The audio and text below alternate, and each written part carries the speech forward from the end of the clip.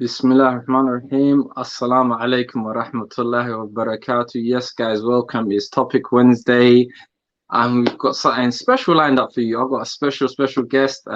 This sister is amazing. Her content is so brilliant. If you don't know her, I'm gonna put the link to her podcast. I'm gonna put the link to her Spotify. I'm gonna put the link to everything. This sister is amazing. We've got a powerful subject that we wanted to cover.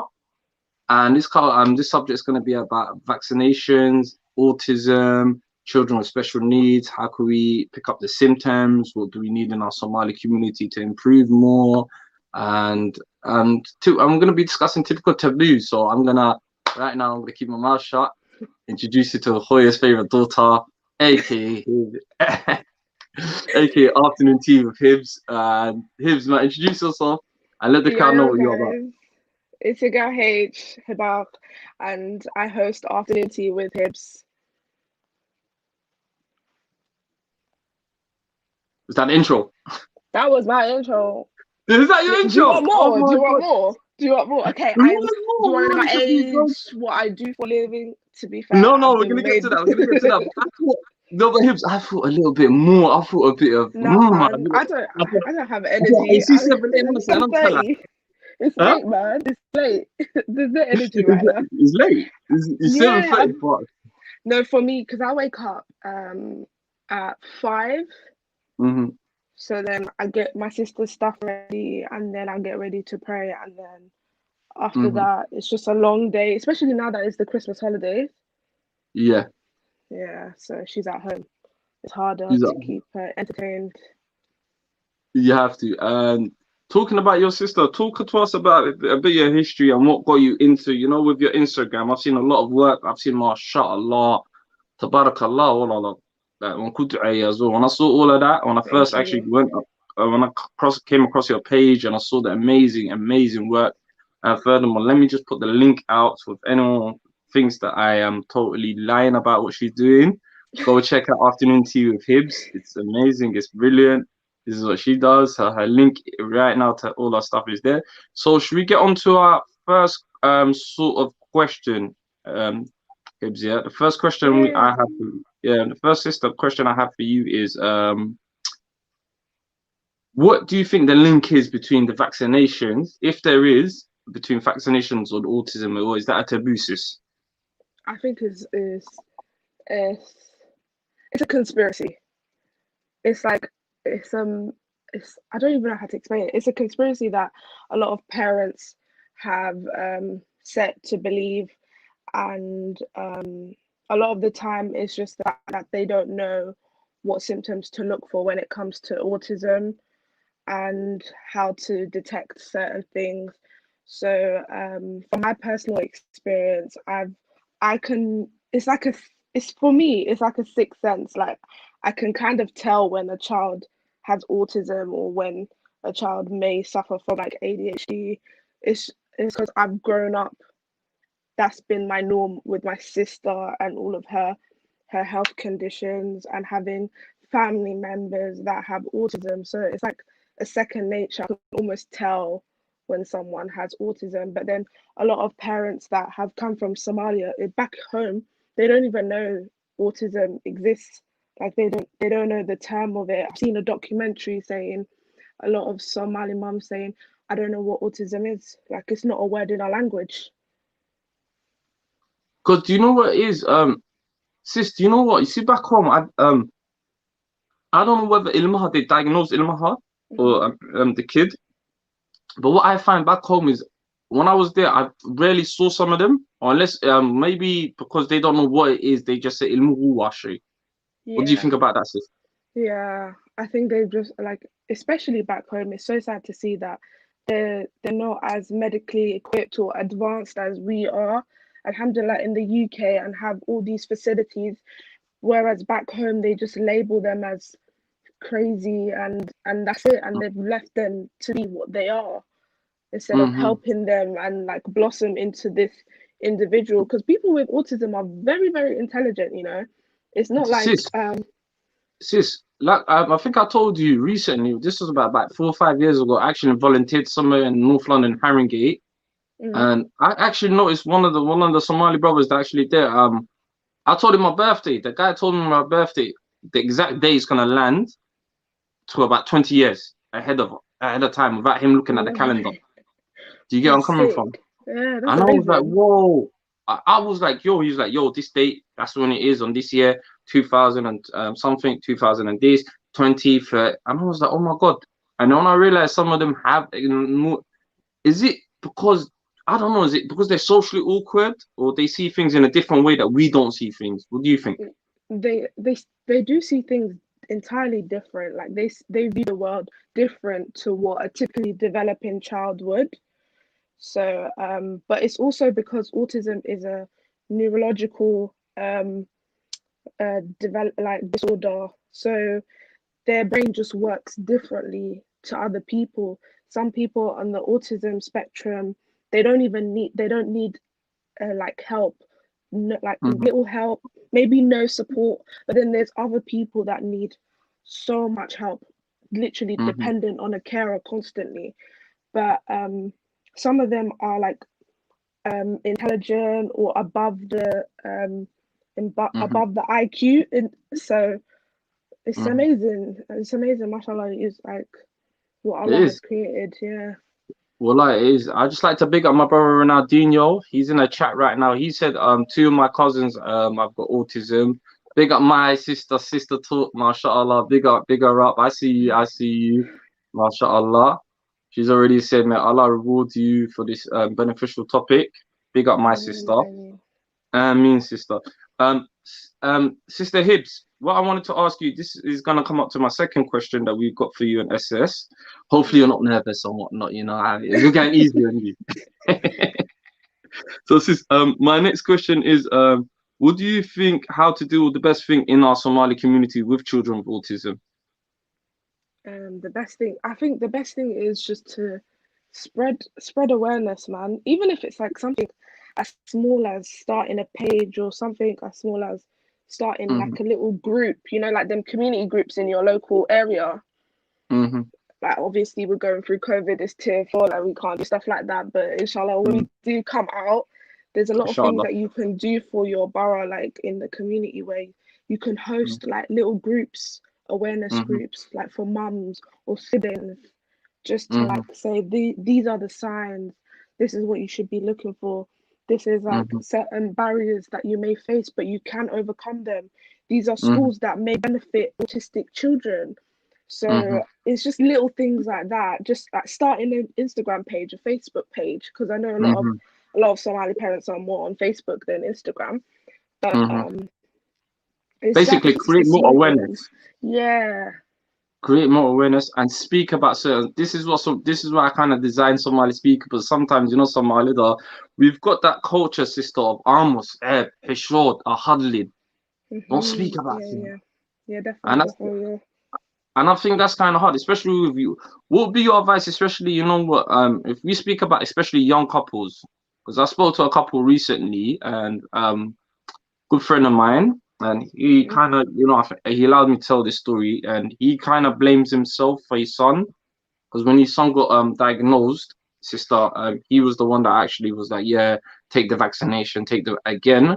And I'm not trying to equate the vaccination with this problem, but it has come up studies with it, sis, where I was um I was reading up on a study by some Egyptian scientist that actually said, yeah, with because back in the day when I was growing up, this is why I kind of think there's something sometimes a bit weird, sis.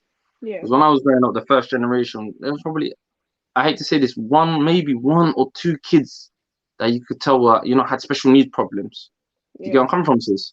hmm Fast forward it 20 to 25 years down the line, when I went to this place, each class, the class of 30, well, I started seeing like, I thought I said that Somali, a bit more. This class, I went into this class, I went into this class, and then I started speaking to the parents, and a lot of the parents, and again, I'm not trying to tell people don't take vaccinations, but a lot of the parents were like, "Ilmehi was okay." Do you get where I'm coming from, Yeah. sis? hmm Do you think that's something that a lot of our parents, and especially in our community, with the Arab culture, with the arms for sure, they can't really like bring So themselves to sit. Especially, I know one, especially one of the sisters in that I know one of the area. the sister's on full-blown denial, and it's gone to a stage where Ilmaha, not everyone could tell Ilmaha, I don't think Ilmaha's okay. Do you get where I'm coming from here? Yeah, I understand. Yeah, definitely. I think it's just there's just a lot of stigma. There's a lot of stigma that surrounds any type of illness in our community, whether it be autism, whether it be mental health. There's just always that stigma that's attached to it. Or you shouldn't talk about it, or the child is kind of like in the background. They're not really a part of the family, but they're a part of the family. Do you know what I'm saying? Um, but I don't even. Could you repeat the last bit of the question that you asked? Because I completely forgot. Don't worry, Hibbs, man. I know there's a little bit of pressure on you. You're used to being by yourself doing your Yeah, podcasting thing, man. you know, I'm being a like a lone. co-pilot. Yeah, I'm a lone wolf, man. Literally, I I do my know. own I see thing. some of your podcasts. I've seen some of your plus, and later on, there's one podcast that I need to get onto you about. So we're gonna leave that to later Oh on the God, end of the show, yeah. And I think you know what it is anyway, I yeah. know what it is. I already know what's coming. So we're gonna talk about that. Especially this is one for Sister Talk as well. This is she's got a brilliant channel on YouTube. She talks about this subject as well. So I want you Okay. two to actually have a conversation about this, hopefully. But Yeah. with you, we're gonna speak about that situation later on. It kind of got on my nerves a little bit. All right.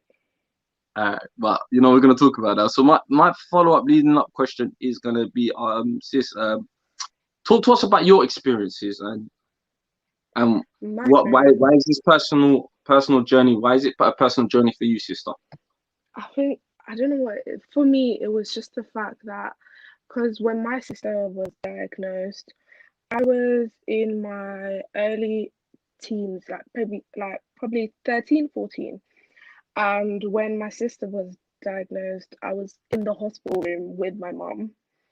And I explained this on my podcast with my sister, and my other sister was in the room with me. And it was like when the doctor was telling us what happened to her, it's kind of like we lost a part of her, if that makes sense. Like you have so much hope and dreams for that child, that newborn child that comes, and it's almost like when she said she has this, it's like, Mhm, oh, like some of my hopes of her being able, something as small as her being able to talk to you, or something like her being able to walk.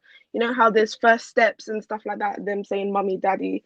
Like mhm, we didn't have that. We didn't get to experience much of like her miles, like the typically developing like milestones. So but alhamdulillah, she is alive and she is well, and we are grateful for that. But we celebrate every little thing that she does. Like a few months ago in the first lockdown, she was able to say my name, and then she forgot how to say it. And then yeah. recently she started saying it more and more. And I Yeah. even recorded her saying it because I I saw can it. never, I saw it. I saw it on your story. I saw it in your Instagram story, and I was like, "Oh, yeah. mashallah." Because whenever I put the camera on her, she gets all camera shy. She literally stops talking.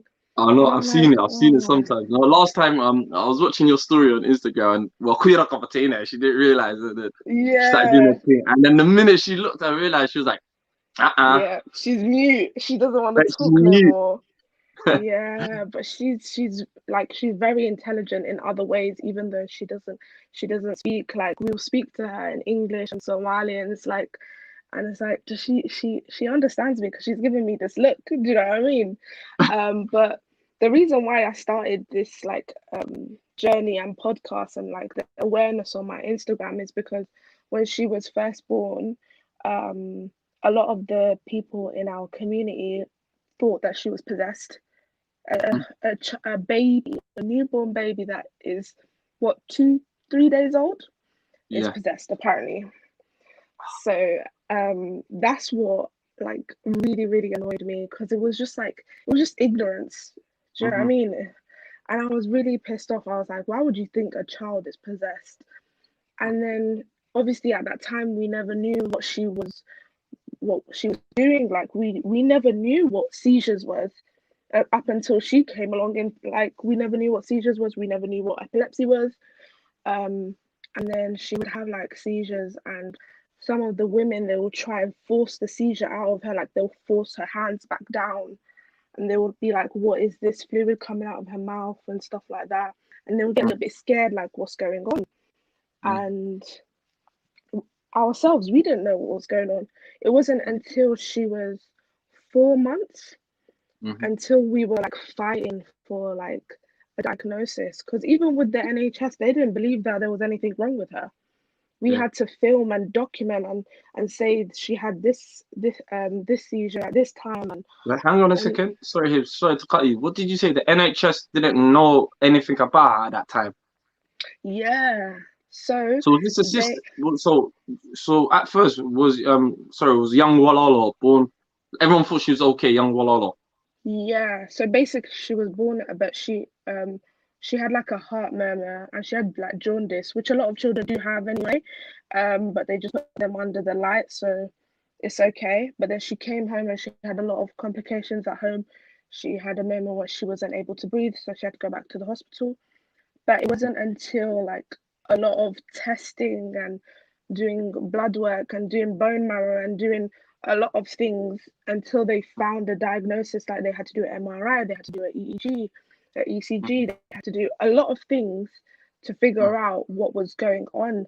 And then they found out that during the pregnancy, she had a stroke. She had a stroke. Yeah, during the pregnancy, while she was inside.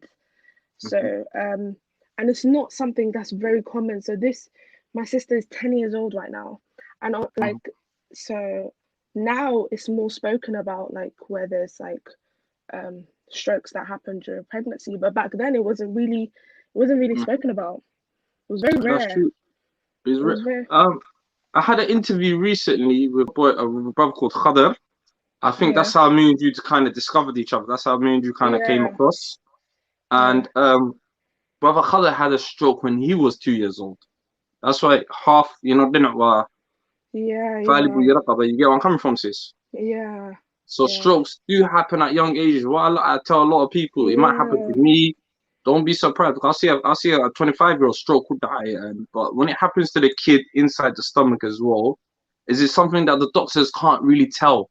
They couldn't detect it in the stomach because my mum also there's like tests that they do whilst they're Mm, pregnant. mhm, But I think she opted out in doing that. mhm, So a lot of people, what they like to do, they like to know everything during the mhm, pregnancy. What if if the child may have Down syndrome, or because nowadays there's technology to find out if a child may have Down syndrome, and some people choose to terminate their pregnancy if their child may have a disability because they they have like this idea of a dream child, but that's another topic. But so so There's another topic. Hopefully, there's a yeah, couple of brilliant sisters. Like I said, there's a sister on YouTube right now that's just started her channel, and I would love for you two to actually come. And later on, I'm gonna drop the link if anyone wants to jump yeah, in. inshallah. Big up sister Hawaii up. Big up my brother A Ali. A Ali said a big question right now. He just said it goes autism awareness in the Somali community is needed, inshallah. Um, Yeah, it is. Inshallah, we're gonna try our best. We're here in SS. We're gonna be trying to have that conversation. We're gonna try to get Hibs on a regular because boy, oh boy, there's a subject that me and her need to, clash swords on. Uh, Sister Hawaii just came in with mashallah big topic in our community. She's a sister from Canada as well with two mashallah mashallah, beautiful kids, and she's a mashallah. parent as well, so she could sort of understand. And anyone that's not a parent, Yeah, anyone that's a sibling or brother, big up to yeah, everyone. And yeah. I wanted to I wanted to ask this question. This is going to be my couple of questions. I know it feels like an interview, doesn't it? Kind of, but it's flowing at the same time. Doesn't make sense. Thank you, sis. I tried to make it more into a conversation, but obviously, I tried to prep myself, and I thought, and then at the last minute when your link wasn't working, I was like, no. Okay. What do you think? What are things that people should look for to recognize if their child does have autism or any special needs? What are the main? What do you think the telltale signs are? Wallah Hibs? Okay, for me, I've seen the telltale signs are lack Because you of said to me, sorry, communication. you said to me straight away, I could just even look at a child straight Yeah. away. Do you know, So it's just experience. I've worked in two schools that are special needs, schools, and I've also worked in a adult center where it's for learning disabilities. So I've also have that experience, but it's mainly the home experience that I've had and the insight that I've seen. So that's made me more aware of autistic people and the symptoms to look out for. But the main one that I can instantly see is the lack of communication, the no speech, like the no speech whatsoever, but also not even saying. Like when you hit like 1 years old, 12 months to 18 months, children should be able to say mama or dada or little small words. Like when they're watching nursery rhymes, they should be picking up small words. So if they're not picking stuff up, then you should be a little bit concerned. The lack of eye contact. So Mm-hmm.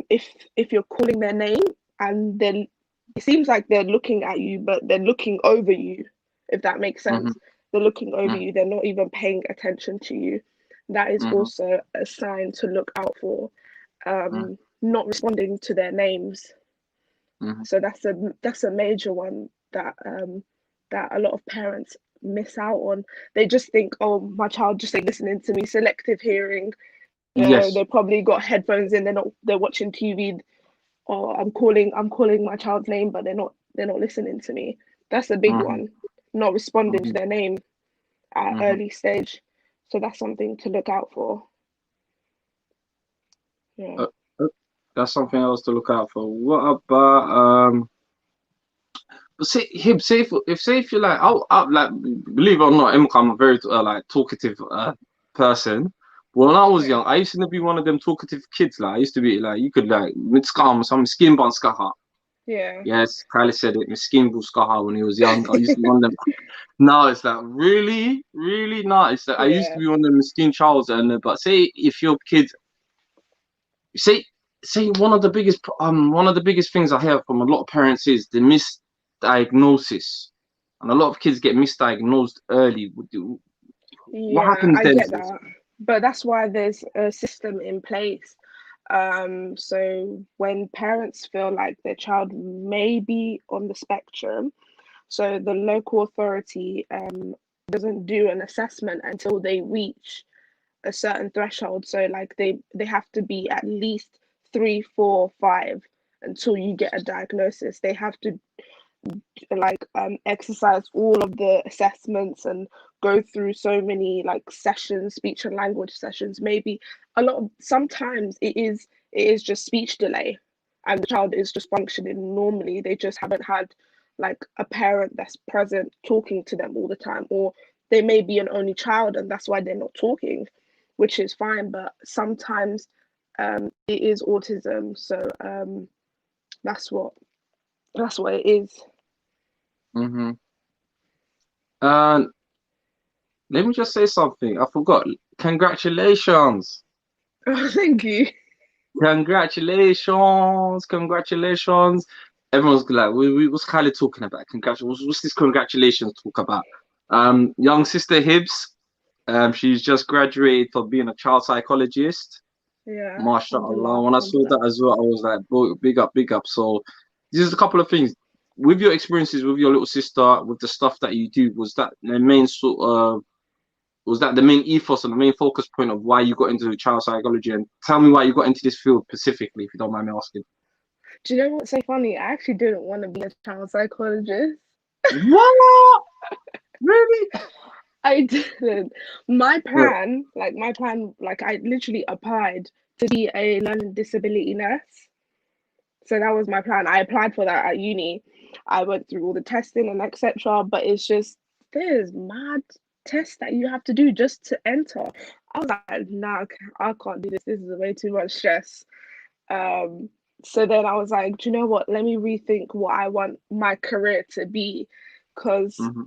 I was like, this is too much. Like, okay, so then I took a step back. I thought about what I want to do. I know I kind of wanted to dabble into like mental health and children. And then I found like a uni in my area that actually do child psychology, and it's Hmm. actually it's an honors degree. Mm-hmm. So I was like, okay, let me just do that. Did it. Alhamdulillah, took me about 4 years to complete it. Mm-hmm. Um, but I got there in the end, and yeah, it's actually my sister is basically my motivation to do everything that I'm doing right now because it's just so much stuff that needs to be tackled in society, in the Somali community, in like in the world in general, to be fair. Yeah, Um, in the world. You know what they say though, sis? They say with me as well, I'm a firm believer charity starts home, and I believe in fixing your own demons or fixing yourself and fixing your environment around you has to be the first priority, sis. You yeah, get what I'm yeah, coming from, and especially yeah. us, like, especially with the refugee background, war disaster back home, yeah, kind of you get what I'm Mm-hmm. coming from, my sis. Yeah, So, yeah, for and sure. especially with me, my sort of ethos is, to try, curb, try, put this violence and in the Somali community to a minimum bare, like we can't stop Yeah, violence, but try to provide opportunities and stuff like that. And why, I'm gonna be honest, why a lot of people are like, "Khalid, why does disability mean a lot to you?" Ilana had this to my mom at the age of 12. She had polo on one of her legs.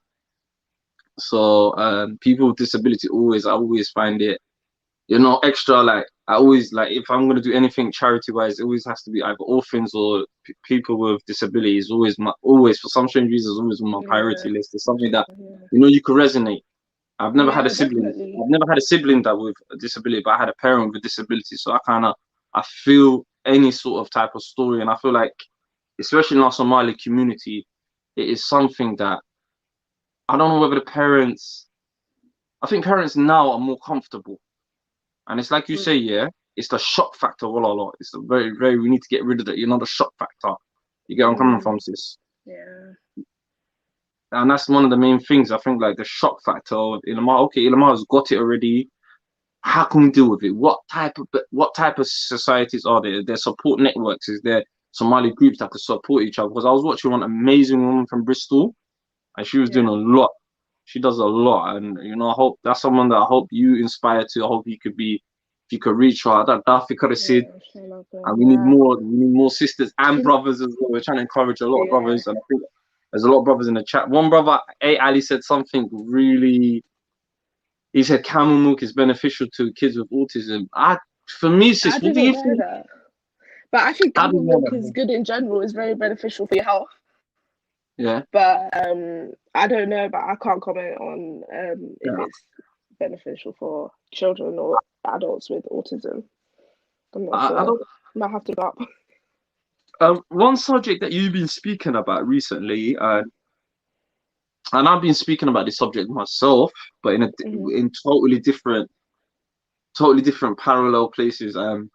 Yeah, You spoke about women with either disabilities or special needs are more victims of sexual abuse and stuff like that. Because I've been speaking about recent rape epidemic that was going back home. Do you want to elaborate on that?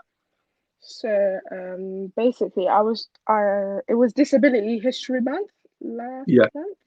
Yeah, so I just wanted to spread awareness about disability in general in society, but also to touch upon the fact that there's a lot of discrimination, that's sexual abuse and domestic abuse, and it's also like higher than the average in women that have disabilities, and it's because a lot of the time when girls go to like special needs schools, some special needs schools they stop at the age of 18. And what happens is they either go to a college or they go to like a learning center. Some parents opt to send them to like a special home where they are supervised and they sleep there. It's basically respite care for the parents. And a lot of what they've realized is a lot of the men that are working there are taking advantage of some of the girls that are not able to speak, that are Mm-hmm. not able to consent to anything, that are basically that don't have the capacity to understand what sex is in general, and they're performing sexual acts on them. So, and they end up becoming so terrified and isolated, and even when they do come forward, they're not believed because they have a disability. They're not able to communicate properly, or the police would say this wouldn't hold up in court because you can't speak properly, and their report would just go away, and then that person, that male worker, nothing, they're not prosecuted. It doesn't go, they don't go on this, what is it, the sexual offenders list, Yeah. and they end up working in other places, and it's just a cycle that continues, and then that person abuses other girls in other cities. Do you know what I mean? So it's so bad. Mm-hmm. It is, sis. I'm not gonna lie to you. When I read some of that thing as well, and I think, I don't know, I think that should be, I don't know, I think one day, inshallah, if you're willing to ever come back, we'll cover that in more depth. Yeah. You get where I'm coming from, sis. So that's something Yeah. that touched me now, and I was like, wow, there's actually people actually preying on young, innocent, whether they're boys or girls, people with Yeah. disability. So that's another factor as well. How can we, and that's the thing. Imagine the person's already going through trials and tribulation in life, and this happens on top of them. Yeah, that's bad. Subhanallah, and they can't even speak. Like with regular women, at least they could communicate, make noise, and do something about it. But come on, man, that's something Allah Yeah. Alhamdulillah, especially at the habla.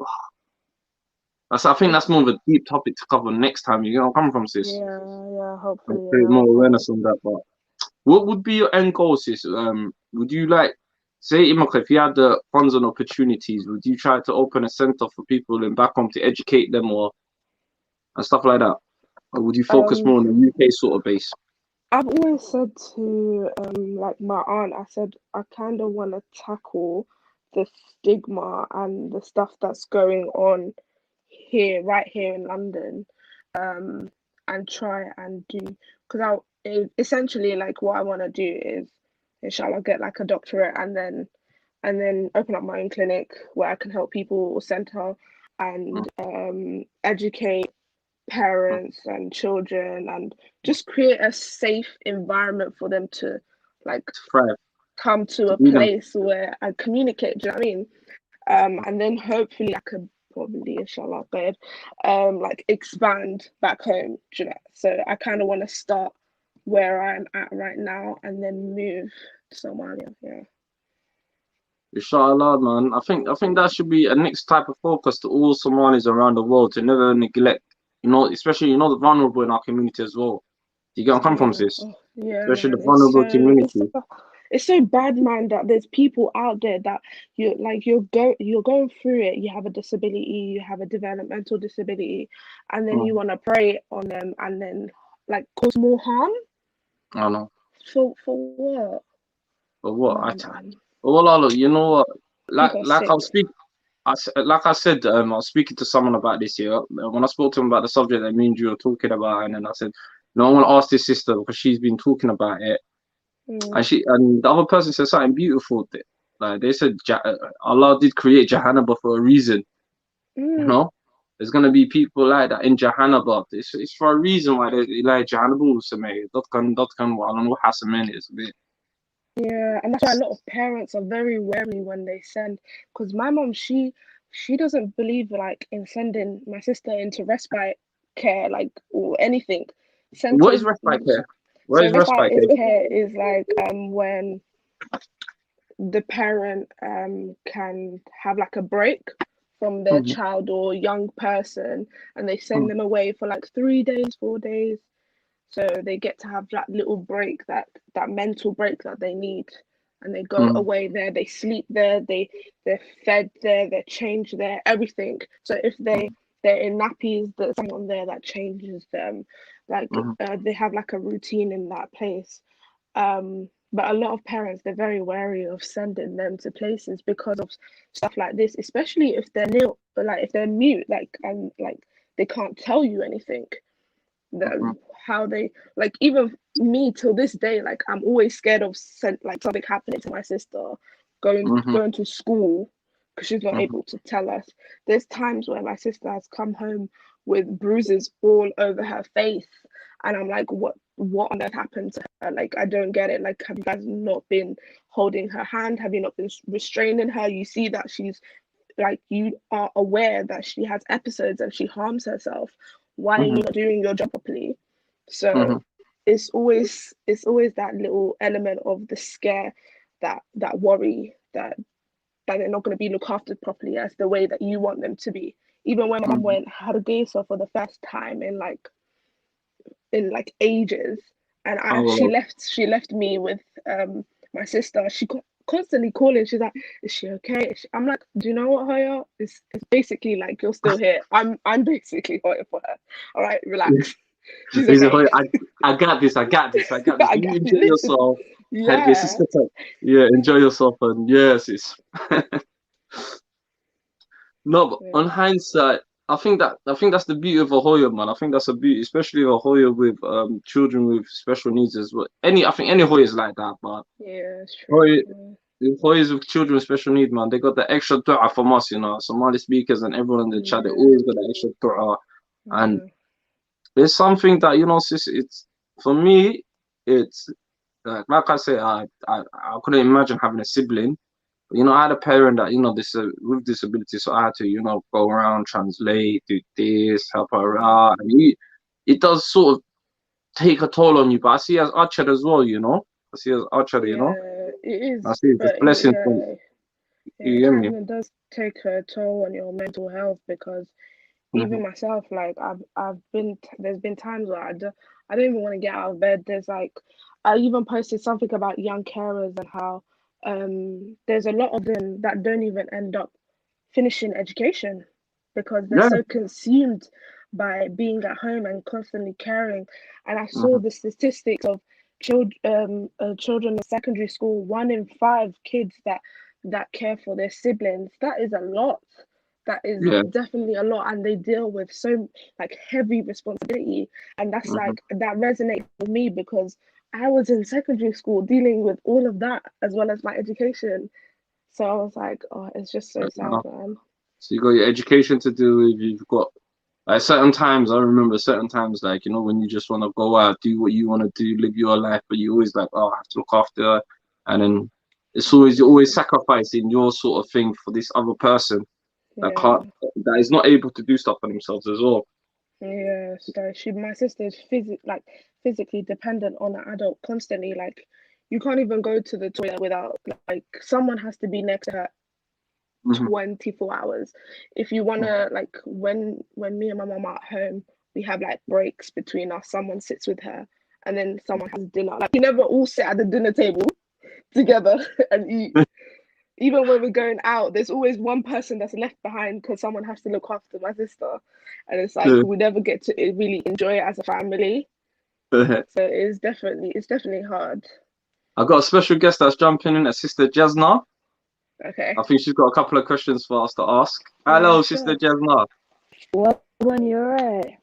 What's up, sister? How Hey. long time?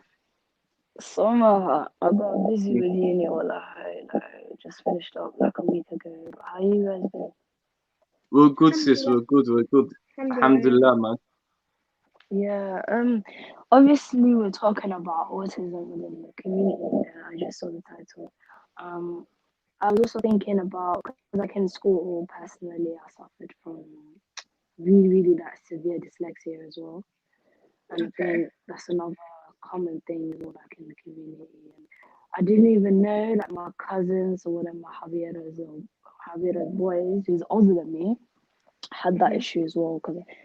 I, and I'm thinking now it's kind of like commonly in Somali community, like a lot of people have ADHD, dyslexia, Yeah. and for so many years, like him, he didn't find out till like I think year 10 or year 11. I don't Hmm. know when he was finishing school, but personally, like thankfully my school picked it up when I was really young quite quickly. Hmm. But um aside from that, it does affect your performance in school, like it affects, your exams, like and it does crush people's like souls because like for so many years, I think it was what's that Blake's name, that Virgin Media guy, Yeah, where yeah. Richard he Branson. yeah, he didn't find out till like later on in life. And when you figure out that you have ADHD or dyslexia or even like you're high functioning autistic person, you Mm. Yeah. figure out And then when you figure it out, wallahi, it's such a relief because you realize you're not stupid. It's just you just think a lot differently to others. And I'm glad that we're talking about that because it's just so important that we bring like light to it. But yeah, wallahi. No, I'm not gonna lie to you. It's not a shock. I've got a bit of dyslexia myself, and I kind of struggled in school as well. But Yeah. I think it's later, especially in the Somali community, they're just like, you're Sare, Dipchir, you're dumb, you're this, but they don't realize Ah, actually this person is Yeah. struggling. And they The don't name realize calling thing, man, the I name don't like calling is it. disgusting. And especially, you know what I find disgusting as well? It's like, you're able to do this, but it's just like, that's what I say, yeah, just not and Sister Hibbs. I think like this one education, one glove fits all system needs to stop as well, especially in countries Definitely. as well. Especially in Yeah. developed countries as well. So imagine back home, what didn't care about the game as well. So imagine that. Yeah, that's wow. fine. Like, yeah, well, like, honestly, people think, because like back home, you start school a little bit later, so you have to like know quite a lot of the Quran before going into school. So you go into school, like most people go into school probably about 9 or 10, and then they come out about like 19 roughly about that. And people, it's good that like they do have other things to learn as well, but like it's basically Ma'alin sits in the front of the class. There's a student, about 90, 100 students sometimes. 190 students. Sometimes it's, boys and girls, sometimes it's separate. And he's just teaching, he's teaching. You just, you're gonna write what he's gonna put on on the board.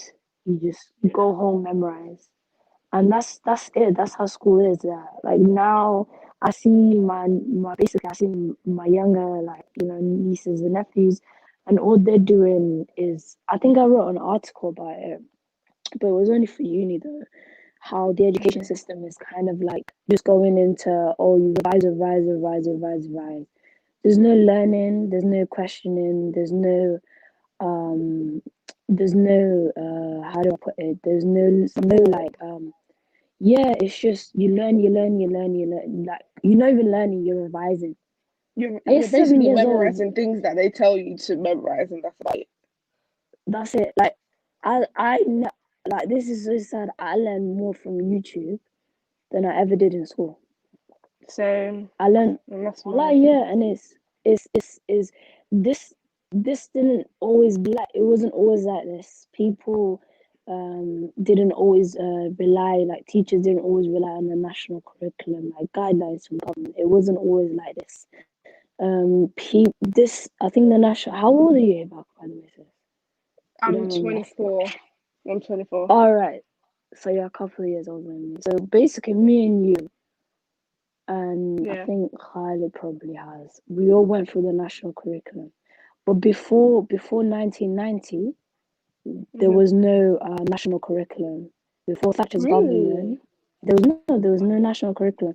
I didn't know Teachers that. could teach teachers could teach whatever they wanted Wow. on the basis of when you finish school, you would only revise. So like a year before you finish school, that's when they would be like, oh, just memorize this for exam. But throughout your whole schooling, there was no national curriculum. Teachers focused more on the arts, so the arts was much more centralized.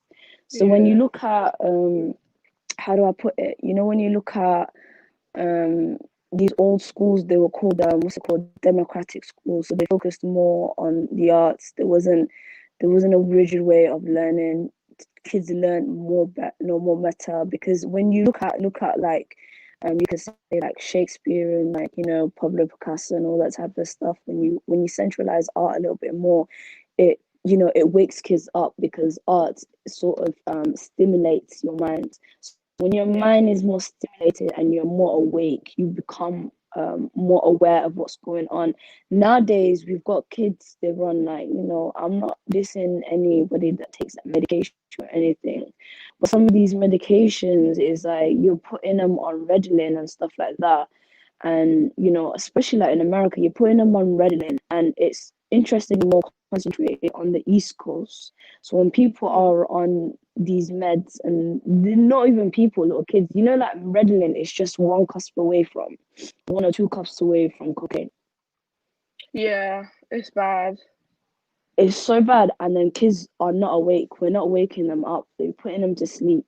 And why are we doing this? Why do we have the system? Is basically to, figure out how they're gonna figure out this world, economy, this globalization. When we see this year that even economies of the world are fragile and weak, and when you take one thing out, so if people are put at home and put into quarantine, it completely destroys the economies and this fiat currency and whatever. So we think again, like, why are we training kids not to be more well educated? Why are we sending kids to school when they come out, dare I say it, but like dumber than they actually, went in? Mm, You go to school for 12 years of your life and you I come out know. dumber.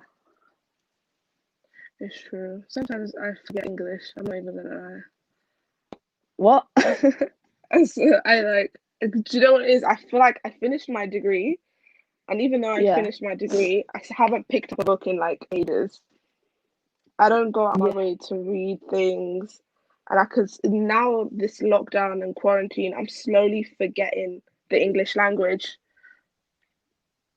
Really? because of the lack of communication with other people and forgetting.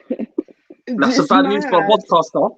How you That is, podcasting? You're forgetting what you're doing, like, and you're forgetting the language you're podcasting in. no, that's why I mix it with a little bit of Somali. Literally.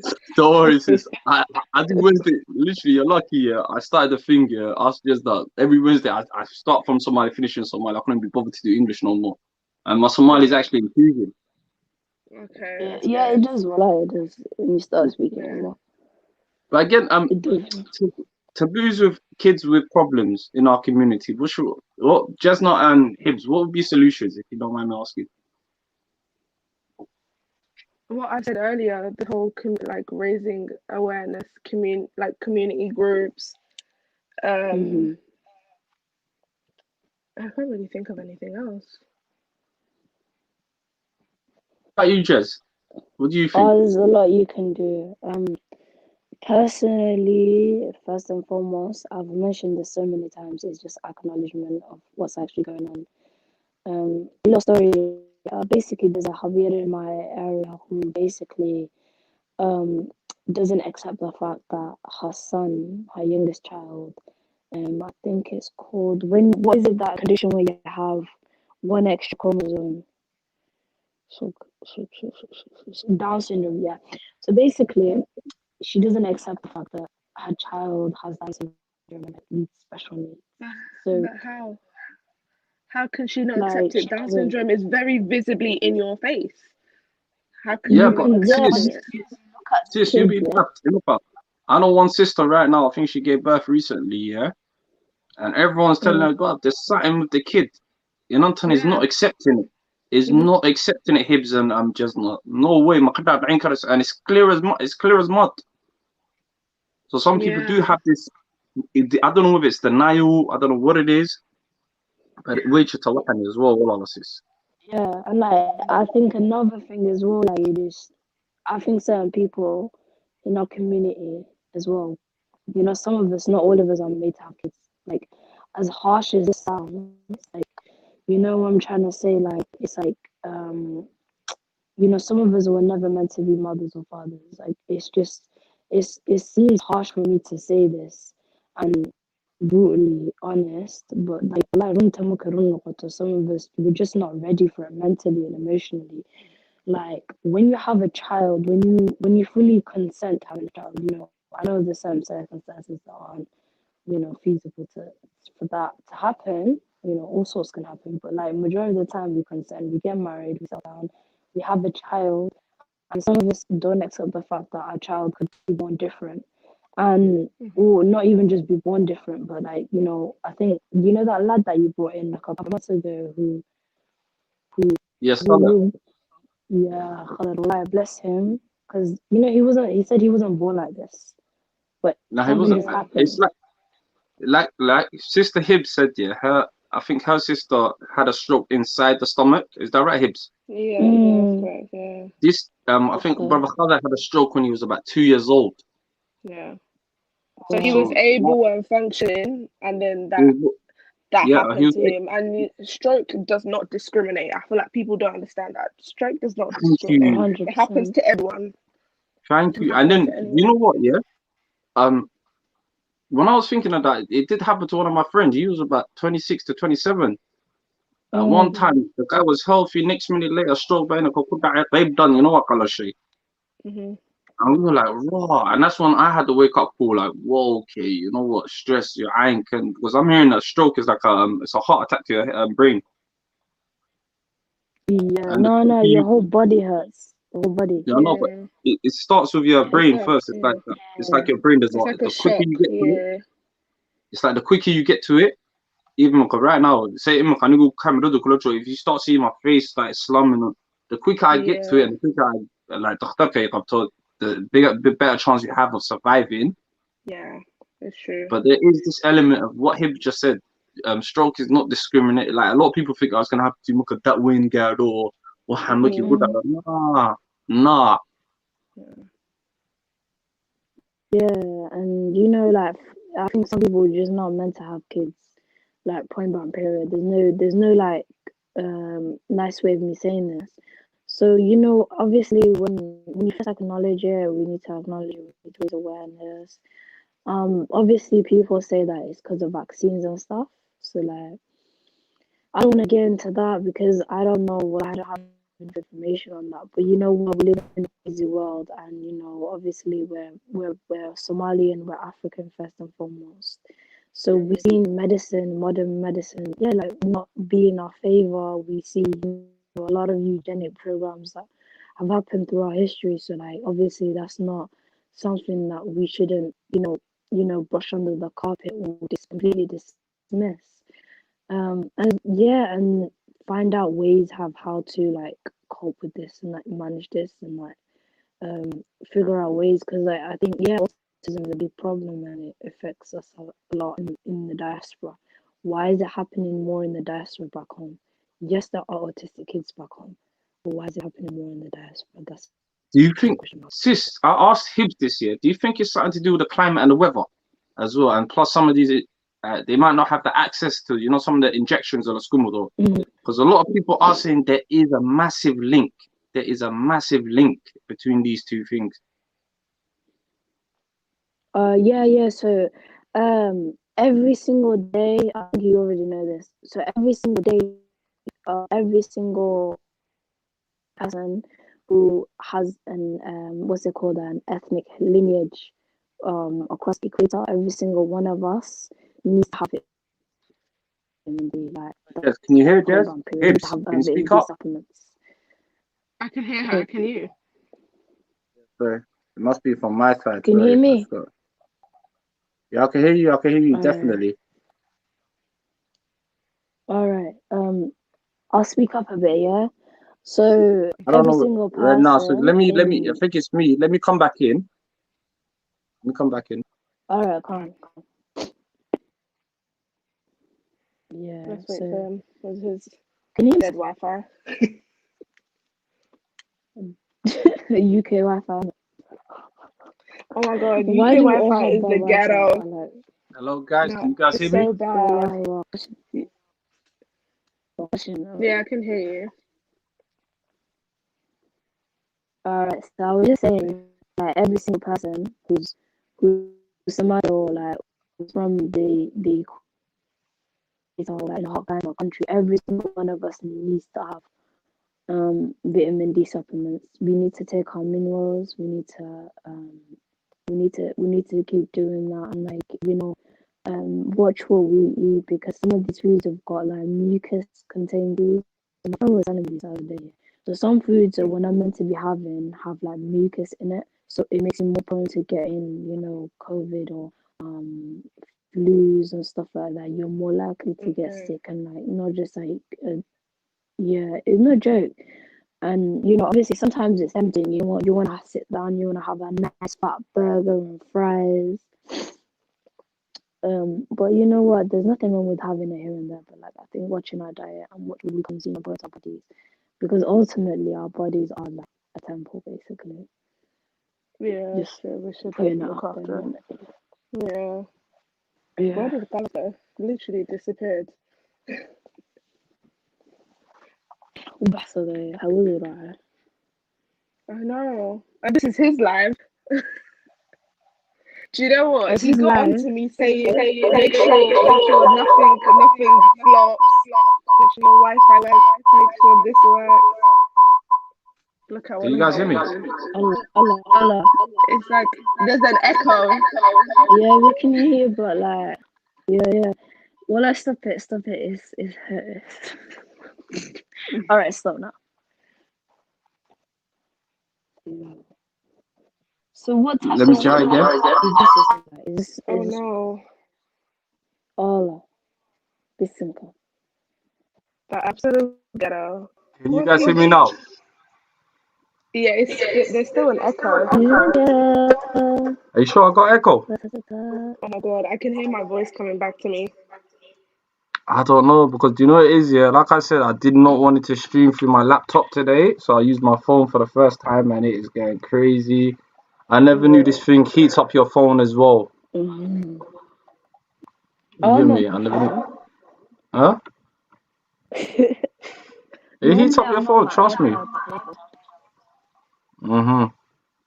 Yeah, someone said, Fad Ahmed said this, yeah. Yes, Khalid, the weather and children's, our genetics are more happier generally back home. What do you guys think of that?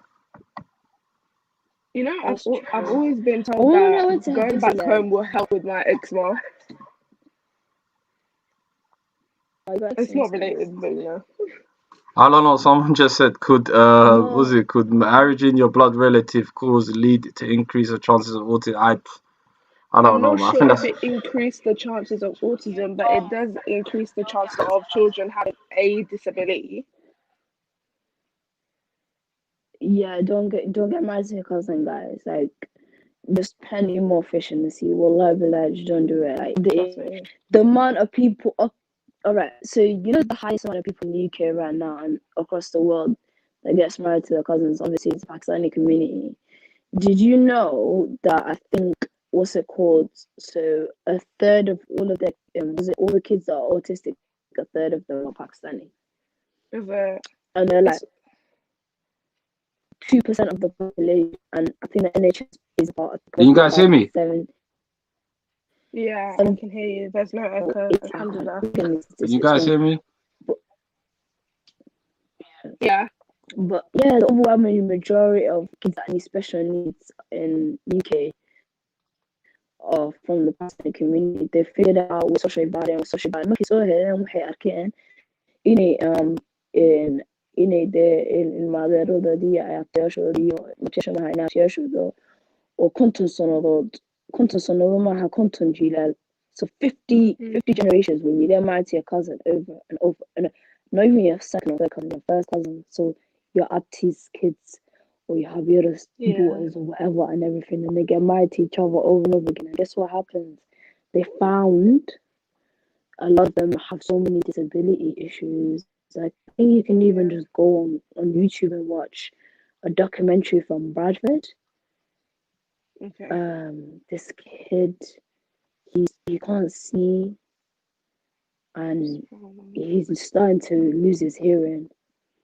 When they tried to figure out why that was, it was unbelievable. Yeah, and they figure, oh, it's because you got married to your first cousin and your Can you guys genetics hear me? was put in your Hello? genes and the genes like sort of open Hello? each other. Hello. Yeah, we And can the hear child you. was more prone to illness. Yeah. Yeah. Oh yeah, and there's also in Pakistan there's these people called the rat people. Google it. What's that? Google it. Well, I Google it. It's an actual thing. Oh my god. But you know what's so weird? It's so strange that people are like consciously aware of what they're doing, but they're still marrying their first cousins and making their children suffer. Yeah. I don't think they should, you know, put their kids with that. You know what I'm trying to say? Yeah, it's not fair on the child, and it's not fair on them later on in life to carry that.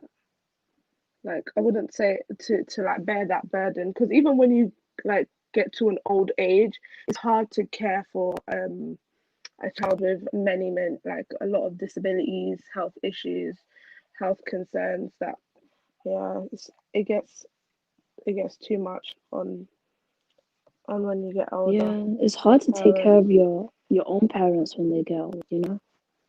Yeah, Imagine some taking of care them, of your some child. people, even these Adam people, opt to send them to care homes, and it's like a lot of ethnic people keep their parents at home, and that's really hard. Yeah, going both ways is hard.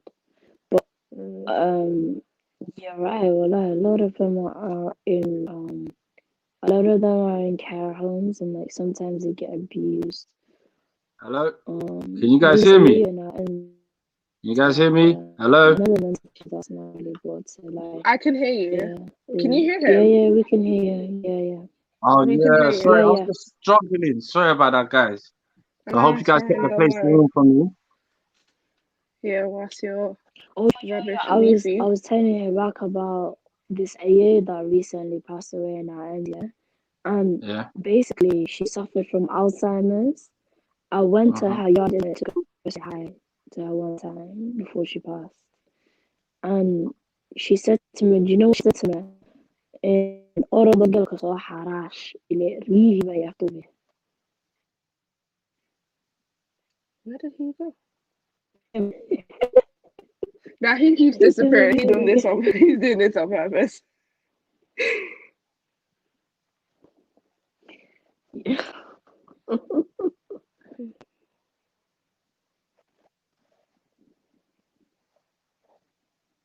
It would be interesting to discuss mental health among the Somali professional husbands while Can you guys hear me? big expectation of them Hello? to be Yeah, Yo, I guys. can hear. yeah. Yeah, Hello? yeah, we can hear you. Hello? Would it be easier for you to Can you turn guys off hear me? your thing? Would it be would it be easier for you to turn off Hello? your camera? Yeah, would it be Hello, easy? Struggling to, technical difficulties and whatnot. You know, sometimes using your camera can like make the connection worse. I don't know if that's true, but I believe that. FaceTime is again. right. Sometimes it needs subtitles. Oh my god. I cannot. I'm crazy. So what's your podcast called? Yo, guys, can you guys hear me? Can anyone hear me? Yeah, we can hear you. Hello? Yeah. Yo. We can hear you. We can hear you.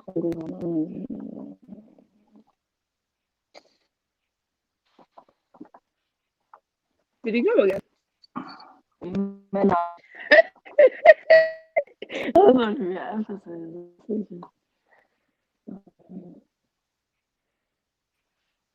We can hear you. Wow. This is the absolute ghetto.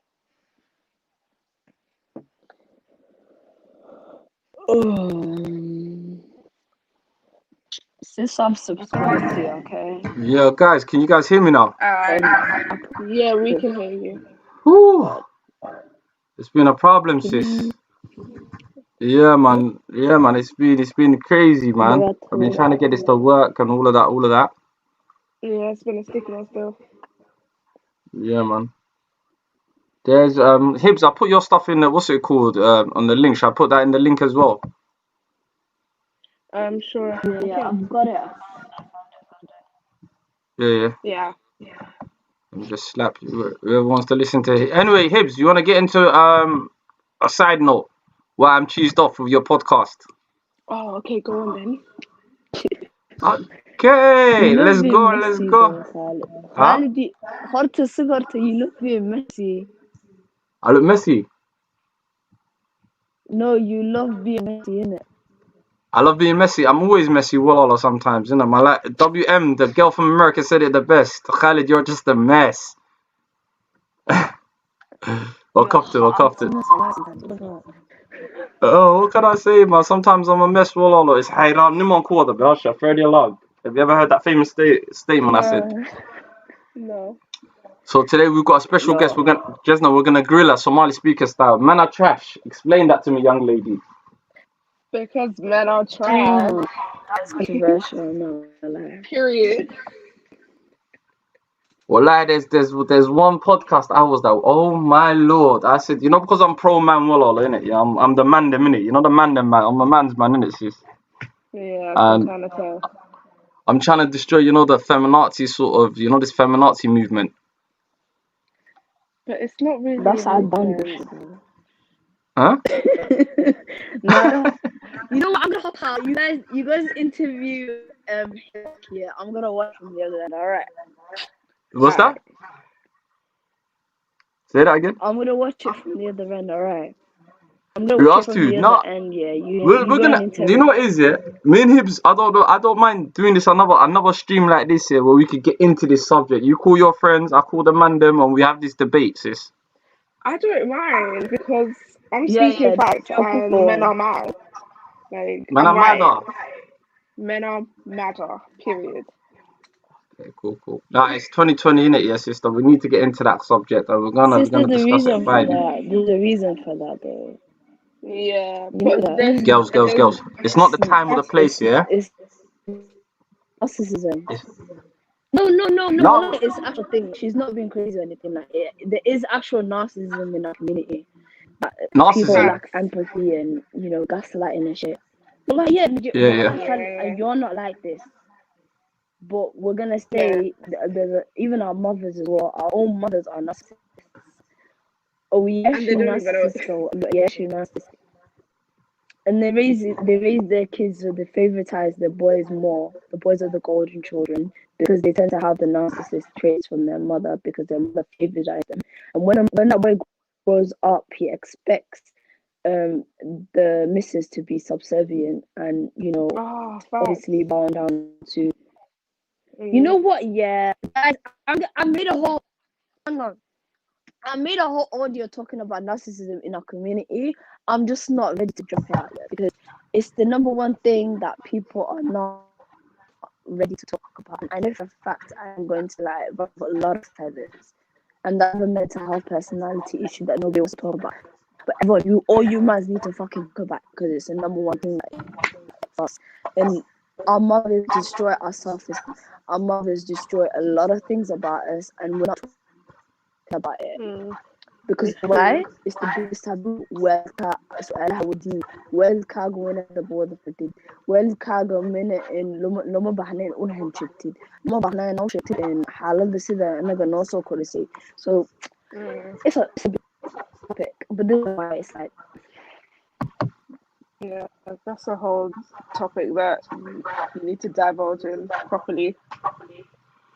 Ladies, you lot are gassing up, man. This new generation has gassed you lot up, man. We're not gonna have it. Acting like you're not a part of our generation. Well, I'm 33. I'm older than all of you put together. 11 to 10 years, man. I'm sick and tired of this bullshit, and I'm speaking for the man them. I'm speaking for the young man them. I'm speaking for the old man them. I'm speaking to the middle-aged man them.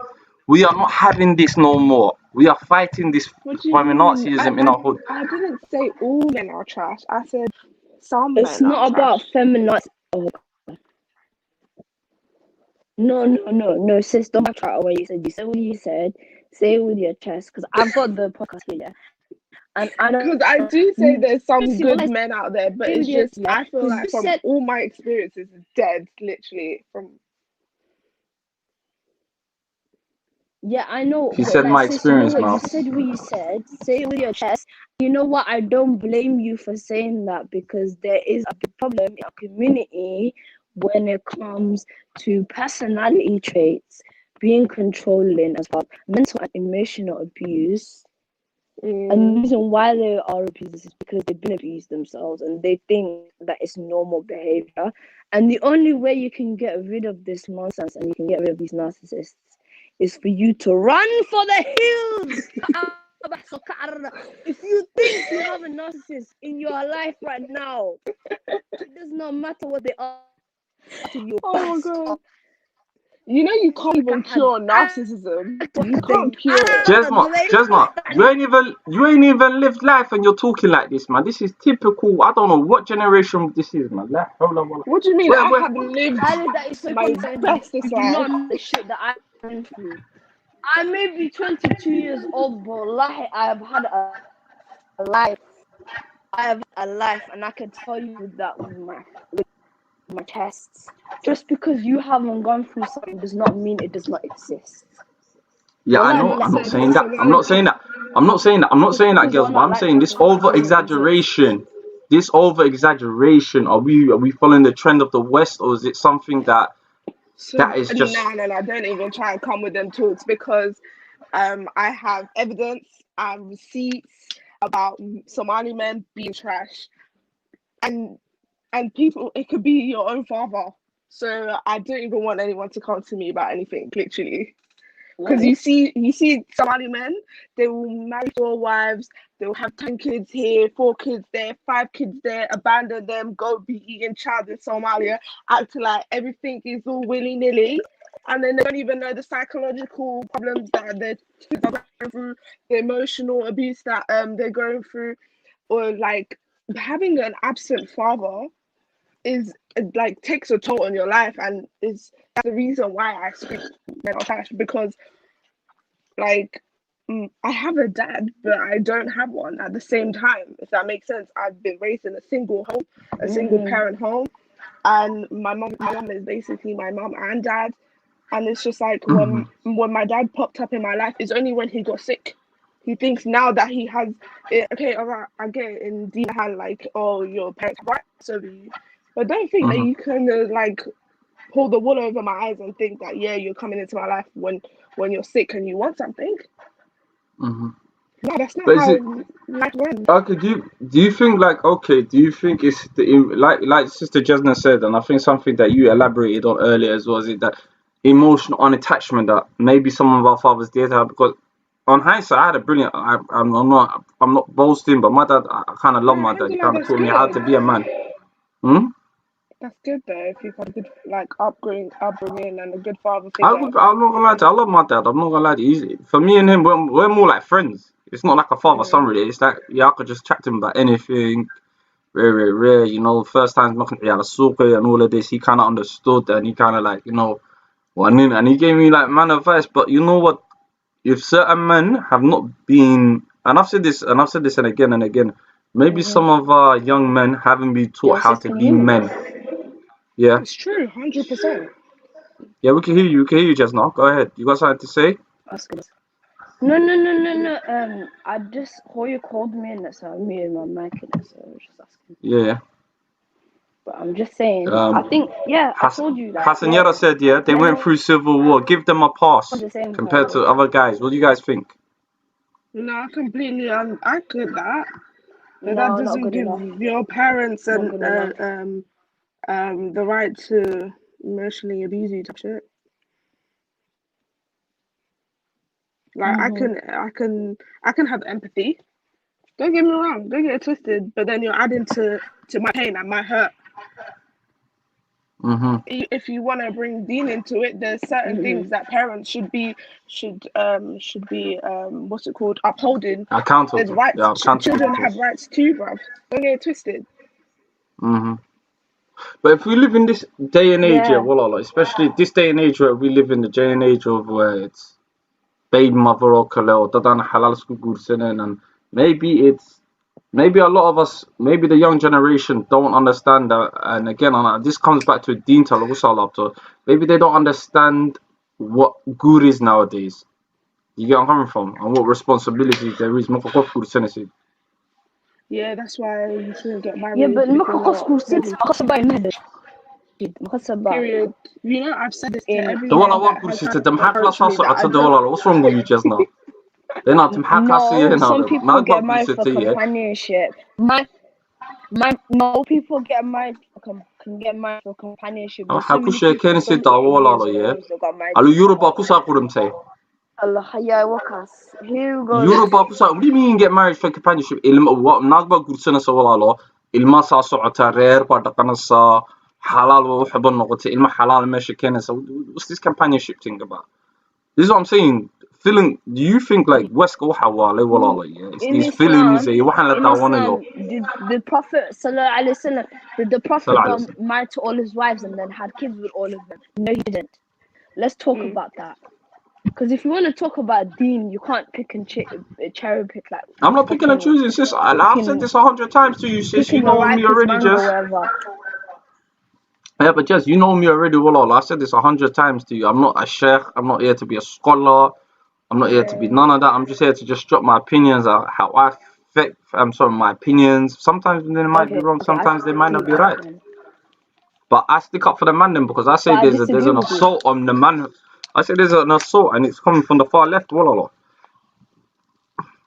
Yeah, that's fucking Adam bullshit. I've not seen that many Muslim people, screaming like there's no fucking tomorrow and like, saying what they're saying and stuff like that. Like it's not something that's coming through like us that, but there are, whatever statement is ever made or whatever stereotype people like create, there is an element of truth to what Hibak is saying, and that's what I want to like always put out. I'm always saying, you know what, I want to keep an open mind and I want to hear everyone out. Just recently, Twitch, I think it was yesterday or something, they banned the word incel, they banned the word virgin. What else did they ban? Simp.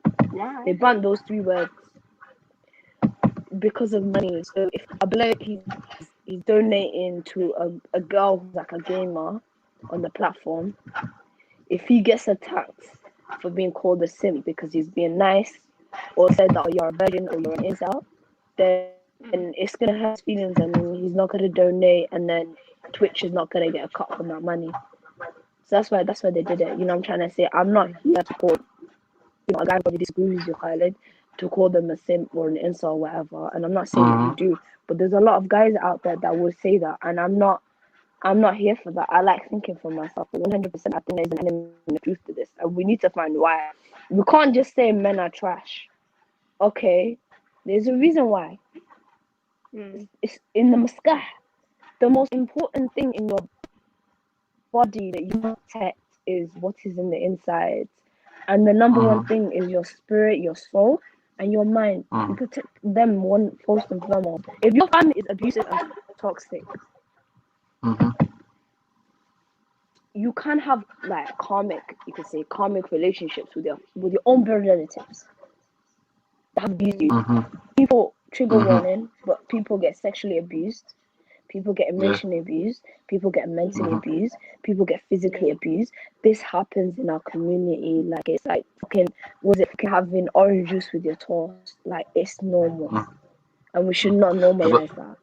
No, but then again, Sister Jasnon, and I said this to Sister Hiba earlier. Yeah, I said the problem sometimes, especially in community, is that Amos, Eb, short, like I said, I've always said this. Somali, the problem in this community that we have right now, and I learned this during, the Shugri Adi demonstration. This is when I found out our community were a reactive community. We're not proactive. We had to wait till, Black Lives Matter and all of this to make noise for an antenna, innit, yeah? Even today, recently, the case where they said, this, that. I don't see, where's the uproar again? Where's the uproar? Where are we not marching? Why come we're not doing that again? So our community, the problem is I that think we should carry on. You see what they said about the old baby, innit? I know, but sis, this is the mashakil in our community. Why do we have to wait for the Pakistani community or the Mado community to make noise for us? And I said this, we need to, we really need to step out of our shadows. Because sometimes, like Kip said, even the way we look at children with special needs and children with autism, we look at it through a lens where it's, again, almost, it's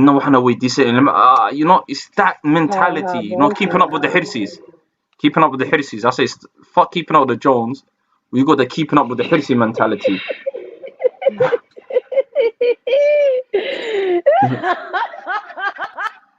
Yo, make a show, wallah, get a deal with BET, Make a Right. show with that, or Universal TV or something. One hell no, man. Don't worry, man. I got a surprise coming up for you guys soon. Hopefully, you guys are gonna be like, whoa, SS is we're taking it somewhere else and stuff. But at the same time, like I've said this time and time again, even with creating awareness. See what we do on Somali speakers, what Sister Hibba's doing. I need to see more Somali people actually, champion certain things, stepping up and say, we're gonna talk about this. This situation does affect us. It's in our community, and we're not having it no more. We're not keeping quiet. Especially this is one thing I want to teach the younger generation as well. It's like the more you open up, the more you admit your problems, the more you face it, is the more you got solutions. But the more you keep shit bottle up, the more you keep it Allah shada. Is that true? Yes or no?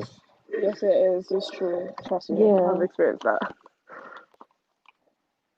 It's Mhm. true. But yeah, So what do you think? What do you think how we could combat stuff like that in our community? But I mean, do you think therapy helps? Like you being a child psychologist now, how can we implement therapy in our community, you guys? Bro, I went through therapy myself. um, there's a lot of services that I know. There's some people that say, oh, they're kind of cautious of going to a therapist that's not Muslim, that don't know the deen, or that someone that's like, I don't even know how to explain it. Like someone that's not Muslim, someone that's not cultured in like culturally intertwined with our culture, so they don't want to go and see them. So there's a lot of that. Oh, I don't want to talk to a therapist. Will they judge me, or will someone else in the community think that I'm crazy if I go to a therapist? So there's a lot of like stigma. But there are some services that there's like Muslim counselors that can help you go through whatever you're going through. I've even used this app called Better Help, where you get to choose who your therapist is. If you want them to be black, if you want them to be of a certain faith, if you want them to know a particular, like if you want to go through like cognitive behavioral therapy, or if you want to go through another route. So you have more freedom with that app, especially now that we're in a lockdown. You can't really go to an office, whereas this one is right from your phone and you get to pick things. So that's what I used. But I don't think like you shouldn't.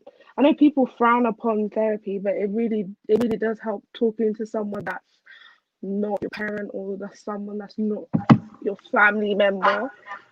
Yeah, so it helps quite a bit. Do you think there's a big market for Somali therapist people, psychotherapists Do you know what? within our community?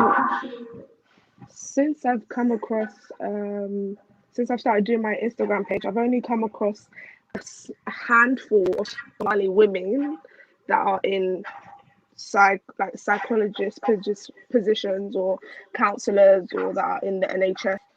But I can't really find men.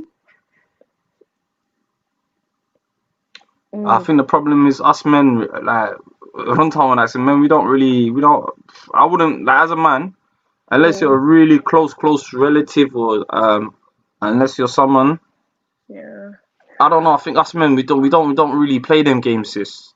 Where we're more But you know, open, and I that's think the that's what we thing with the whole. In November, it was Men's Mental Health Month, and it was just to spread awareness and get men talking about their feelings, because you know men love to bottle up things and don't really want to talk about their emotions, and they think, oh, I'm a man, I need to like hold my ground, and I need to be the breadwinner, I need to do X, Y, Z.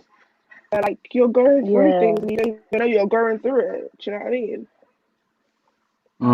Yeah, that's what it is, Suicide bro. is really high on men. It's really high. Like It is. I think 60% of them I've are lost. likely to commit suicide I compared lost. to I think I've lost a close friend of mine. But I think it was murder. Wallah, I don't let. They try to say it was suicide, but I think it was. He was going through one or two issues, and they found his body tied to a trolley in the river. You know, Oh wow. near Blaismore. Yeah. And this is Oh, why do you think I got heavily emotionally attached to to Shugri Abdi's case? Mm, Because I felt like when was it, oh 08, oh 09, I think it was around about them times in the Kanasha could have happened in it. He went missing 3 weeks. Literally, they couldn't find him. They made Kisale underneath a river. And do you think it was his racial? family did have, attack as well? huh? Was it a racial attack? We don't know, sis. They just found Maid Kisa tied to a trolley in a river, innit? And he was missing for 3 weeks. Everyone was looking for him up, down, Walla way. Next minute later, and then he did have, couple of people in his family. Hanuma Yerakuda died. You understand where I'm coming from, sisters? mhm. So it's a tough one. It's a tough one. You get where I'm coming from? Yeah. It's a tough one, and Mm-hmm. it comes down to the mental healthness as well, sis. It comes down to the mental health thing as well. Yeah. So with men, especially with men in our community, it's more of an embarrassment to admit that you've got problems. Yeah, I understand. Because nirragata, you've been told nirragata, hey, warrior, I ain't considered. For a man to actually come out and talk about stuff like this, I salute you. I salute you, my brothers. I salute you, and I think there should be more support. I don't know whether it's more support. What do you think? Do you think there should be more support, you guys, for men? I think there is a lot of support that's going on. It's just about actually educating yourself and looking for. Sometimes it's right in the face on social media. Like if you go on Instagram, the whole of November, all I was seeing is links and videos of all these Instagram influencers that are like men or YouTubers or artists that are spreading Mm, awareness about mental health. There's some rappers that are going through depression and they smoke weed thinking it's helping them, but they realize they got worse. mhm, So mhm. I'm one I of them. feel like, I'm one of them people.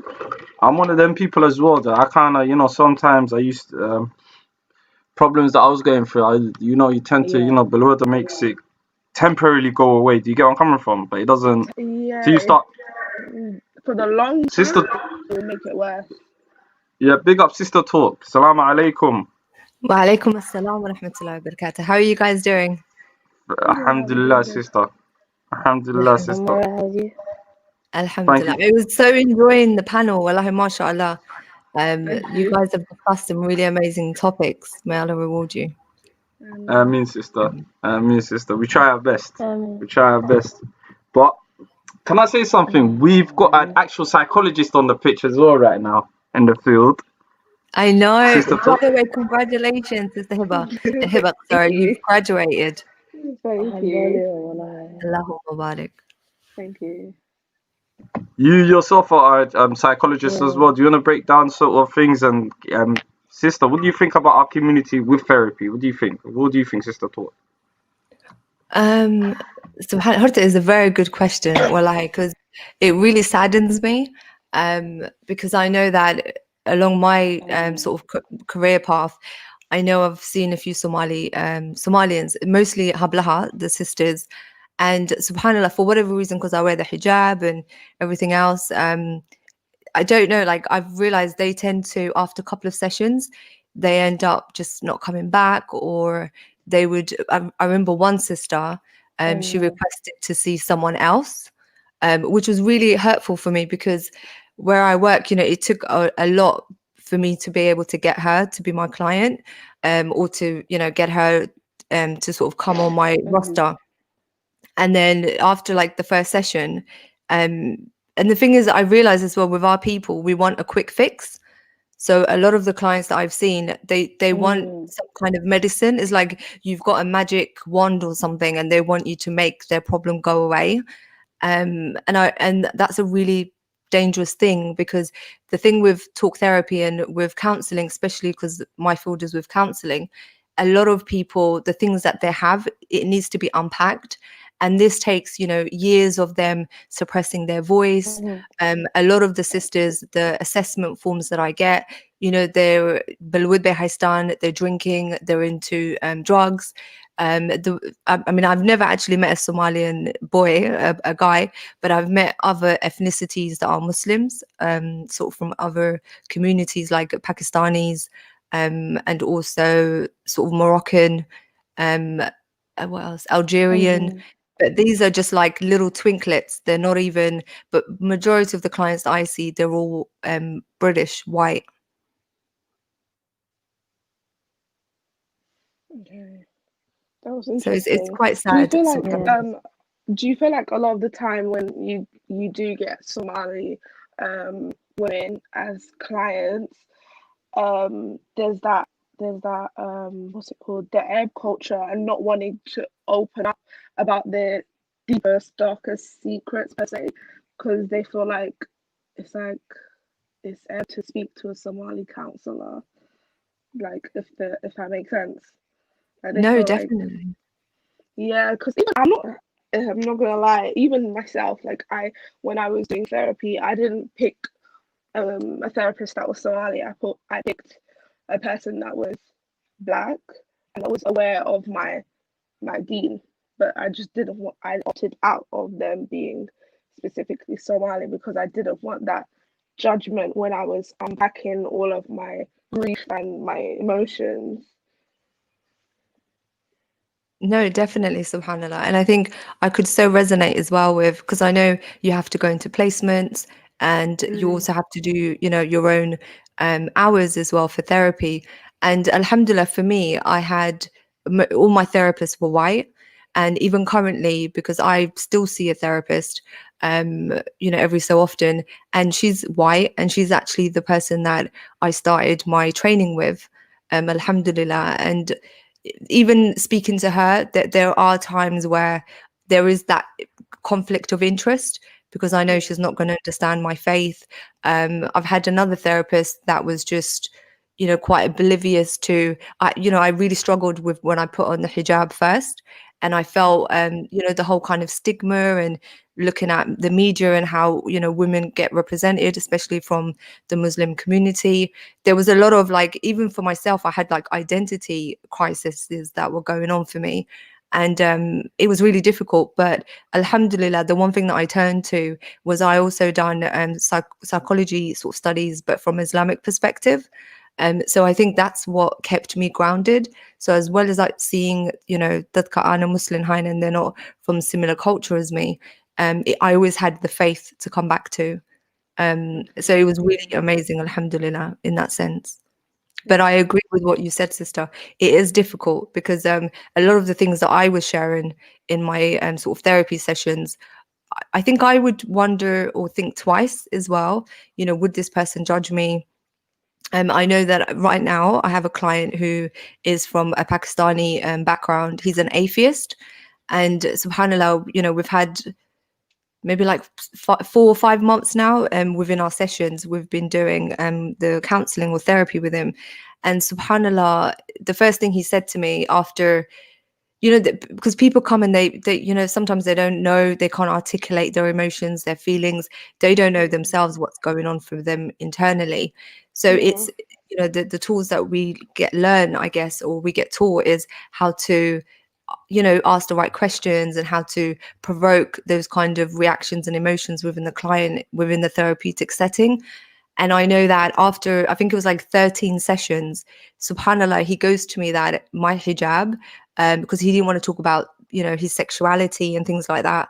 And at first I thought, is he gay? I was struggling to find out, like, what was this barrier that we couldn't Mm, overcome within our relationship? And eventually he broke down and he said, what is your hijab? It reminds me of because his mom and his sister and his aunts were really abusive to him growing up. And his idea of the mm, hijab, it represented to him was, like being abused or not feeling safe within the environment. And it was really difficult. Alhamdulillah, we've overcome those situations, but it was really hard, wallahi. yeah.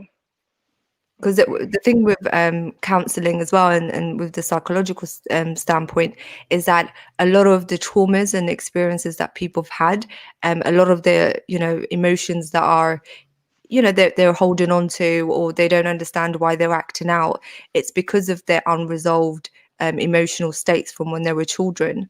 And Yeah. because of those experiences, now what happens is that we tend to go into the world still, you know, emotionally, where, you know, I guess stuck at that trauma or that stage of whatever happened to us in our lives. But then adult, like physically, we're like a grown person. So we're like a grown person in a child's, but you know, a child in a grown person's body. Yeah, I get it. Yeah, that's why I was like mentioning to Khaled about the whole men are trash thing, because I was like, it's the psychological trauma that I went through as a child of not having a father present. And Oh, then come on. I kind of had to suppress that. No, no, listen, yeah, don't even try to get onto me. Yeah. But, Okay, sorry, Dada. no, but it's true. A lot of Somali families, if you look at if you go into a Somali family household, you won't see a father that's present a lot of the time. Majority of the time is very rare.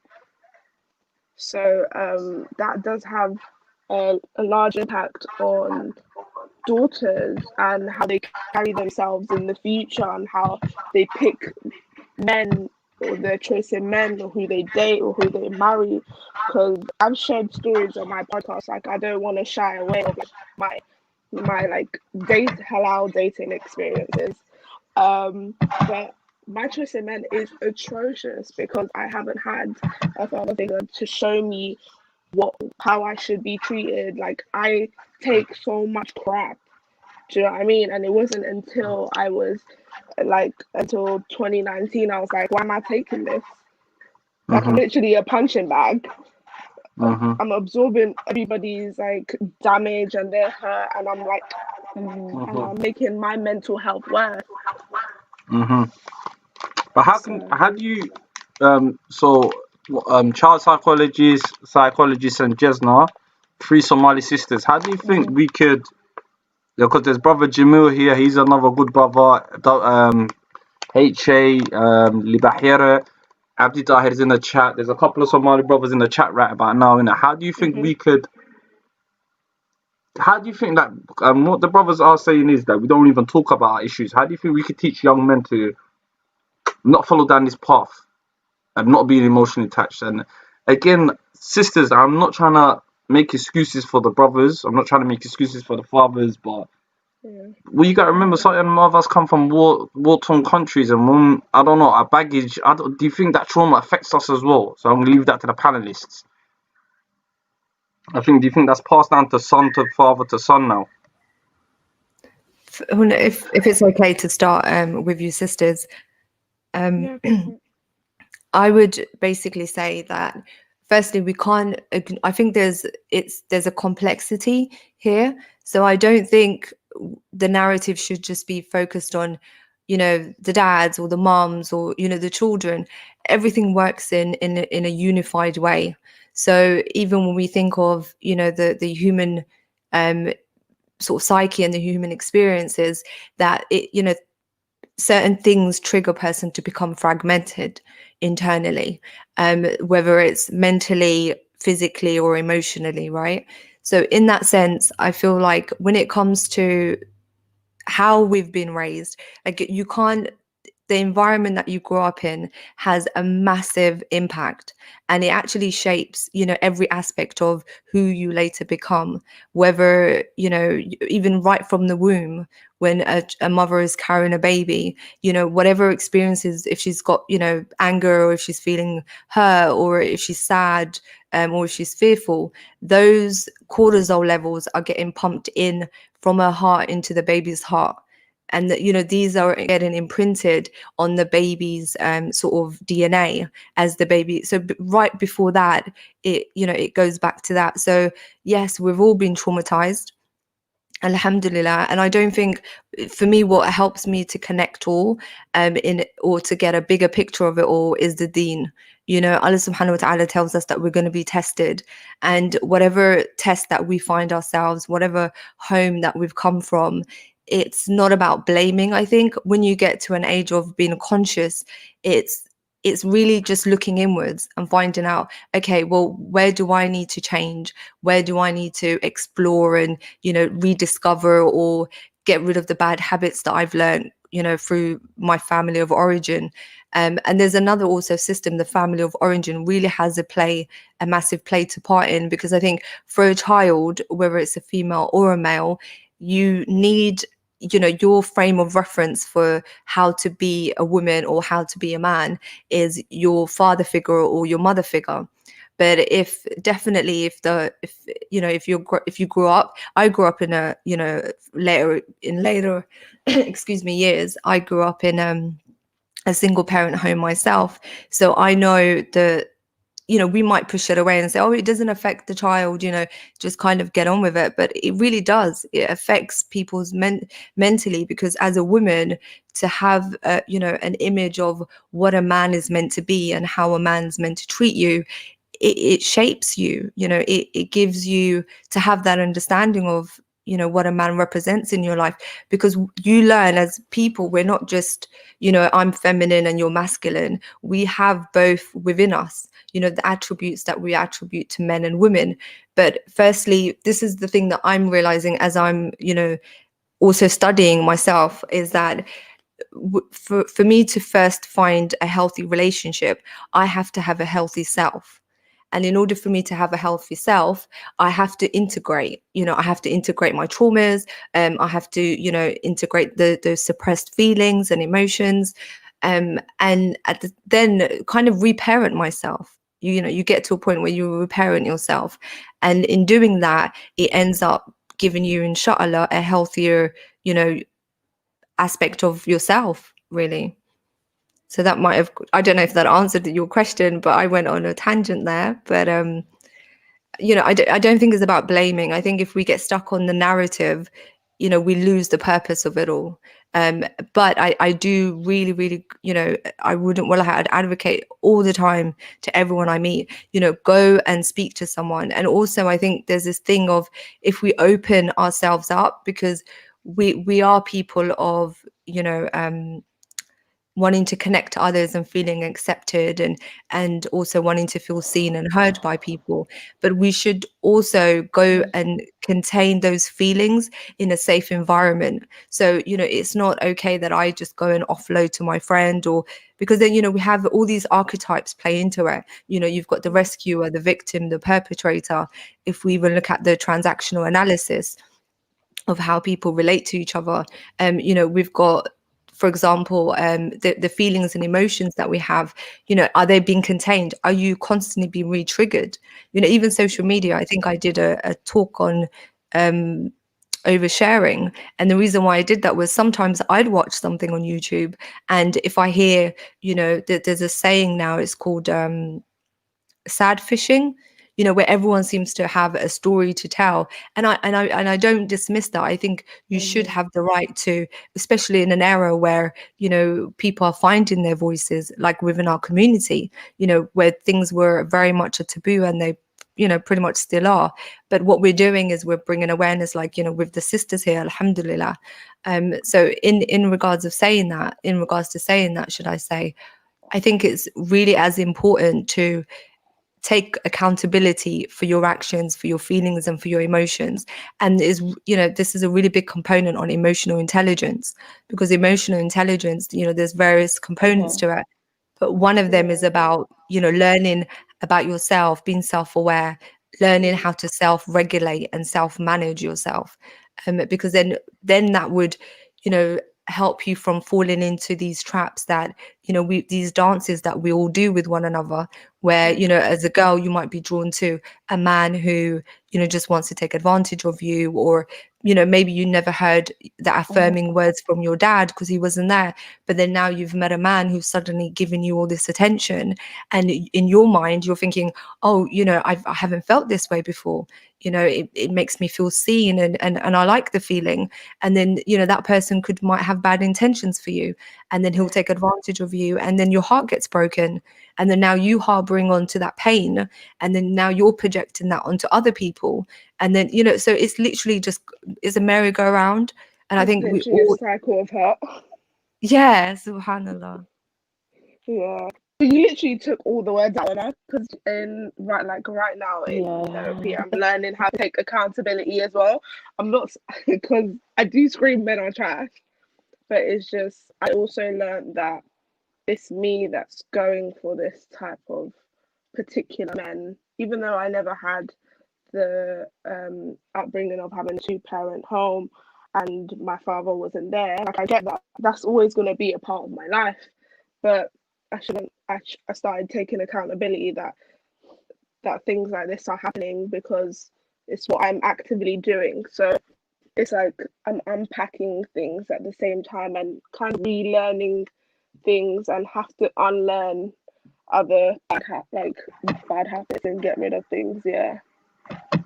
Yeah, Mo22 said, we still talking about vaccinations. I've got a couple of things to add. Mo, the link's in the chat if you want to come in and add something.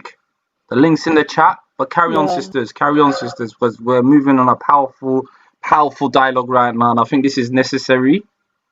The girls don't mind talking about it. Yeah. Sister Jazz, As well, add something to it. I think Throw your 2 cents in that.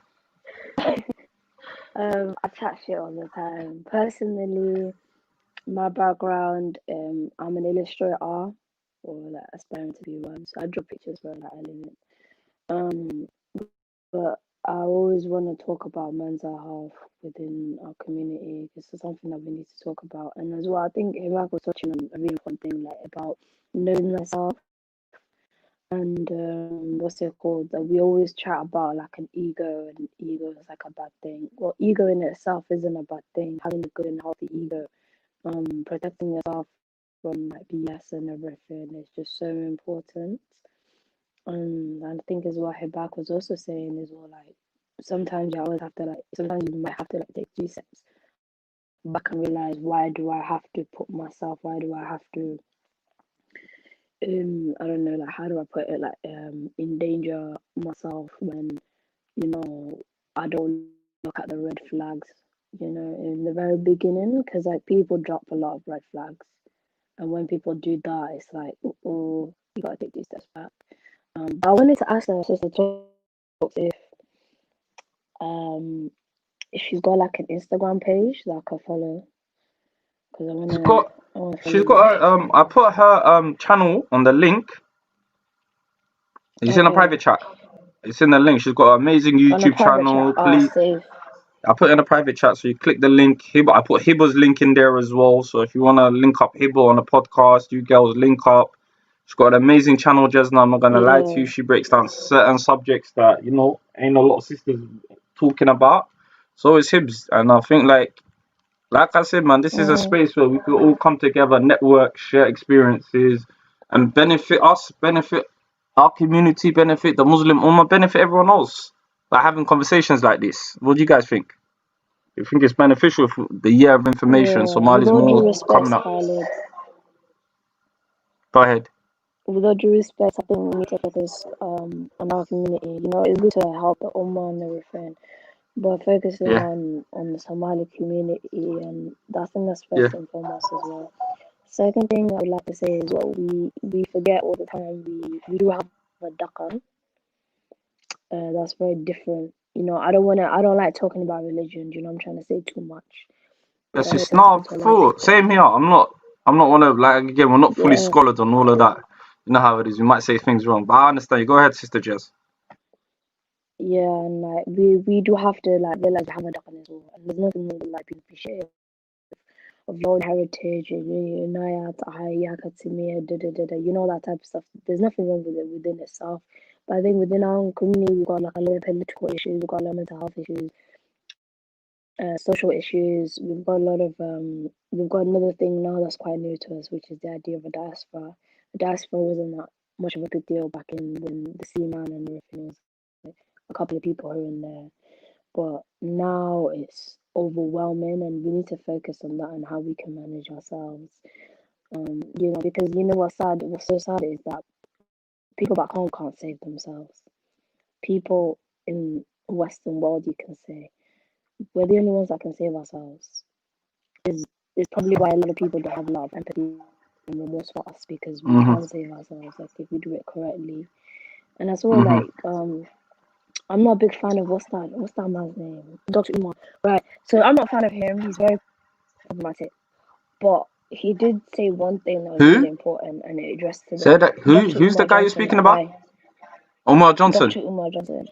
Yeah, I'm not alright, really go fan ahead. of him. He's really problematic. But he does say a few things there here and there. Right? He says something like the African American community are the only people that can save themselves in, excluding like Canada and the UK, like the black community. And I think we could say the same for like the Somalis as well. Like we can save ourselves. Like if we do things correctly and we manage ourselves and we go into every field, we need psychotherapists and psychoanalysts, and we need people in social work. We need people who can foster children. There's some Somali families for whatever reason can't look after their own kids, but what's wrong with you being a Somali and taking in, a child that's, shares an ethnicity with you? You know what I'm trying to say? Fostering. Yeah, yes. What's it called? But then again, the arts. I had a conversation. With a sister called Dr. Alicia Hussein. She's all over Twitter, and she said one of the main mushkilats is like we have so much Somali professionals. I mean, look at this. We've got a sister that's just graduated. We've got Sister Talk that's actually in the field. But the problem is our community ain't networking with each other, especially this generation now, Jesna. Like, she was telling me while she was doing, she was one of the main organizers for the first Shugri Abdi demonstration. She was like, yo, there's 500 professional people just in Birmingham City. Khalid, getting them into a room talking, communicating with each other. It's impossible. None of them want to work. And this is something in our community where, okay, in a world, but chamad because like, degree go, they could, and they're not doing fuck all. Where people like me that ain't.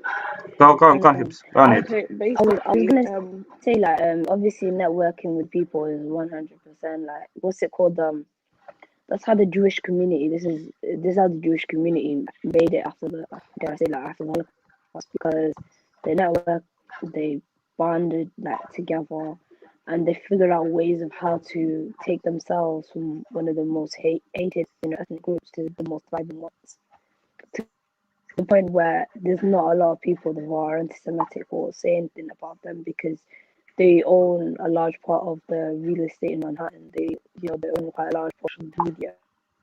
They own a lot of things. So that's the number one thing. Like we think about, okay, our generation we missed out completely.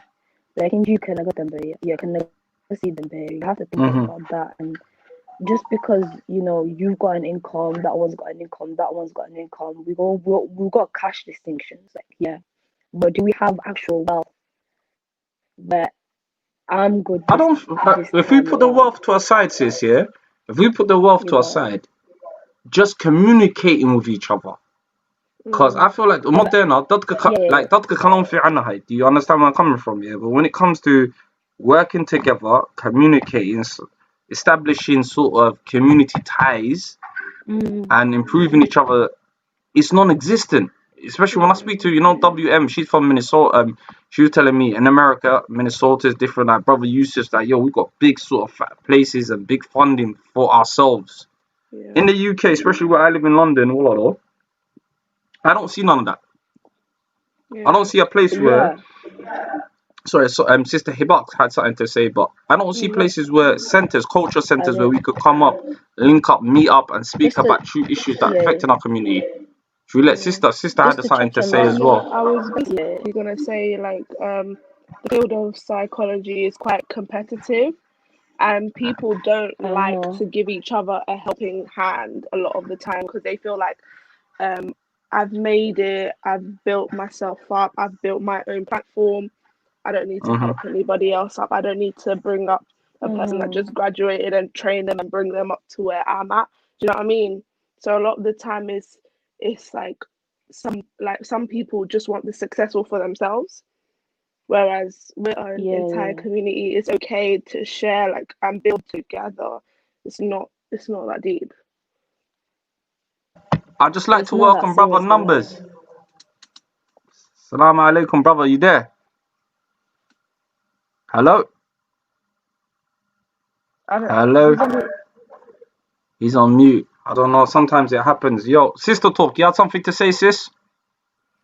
Yeah, I just wanted to add to something that both of the sisters said, subhanallah, is that I think for me, from what I've seen in terms of like, you know, sort of like white people, yeah, like for example, when I was sort of getting qualified and everything, I remember a lot of my tutors were like, you know, you should apply for this and you should do this because, you know, people really need, you know, someone that looks like you, that could represent them, because, you know, a lot of people, either they gravitate towards people that they know, you know, because familiarity is a bit of comfort in, or can be comforting for some people.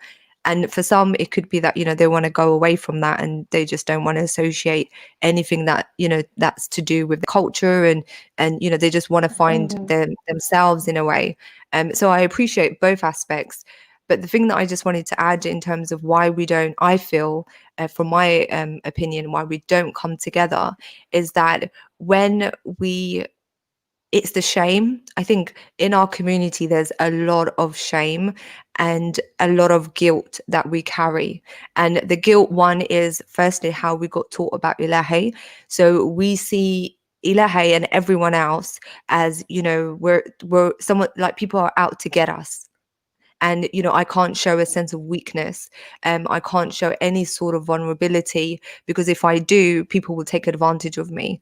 And I think also within a lot of our communities, I don't know how everyone else was raised, but you know, it's very okay for children to get, you know, beaten up and you know, abused physically, mentally, emotionally, which is definitely, you know, not right, because we don't realize that, you know, sometimes, may Allah forgive me, right? And you know, this might sound a bit controversial, but I actually do think sometimes the way the homes that some of us have come from, they're very narcissistic, where the parents see that child as an extension of them. 100%, sister. Sorry to cut you off. 100%. They are very narcissistic. Oh, go ahead.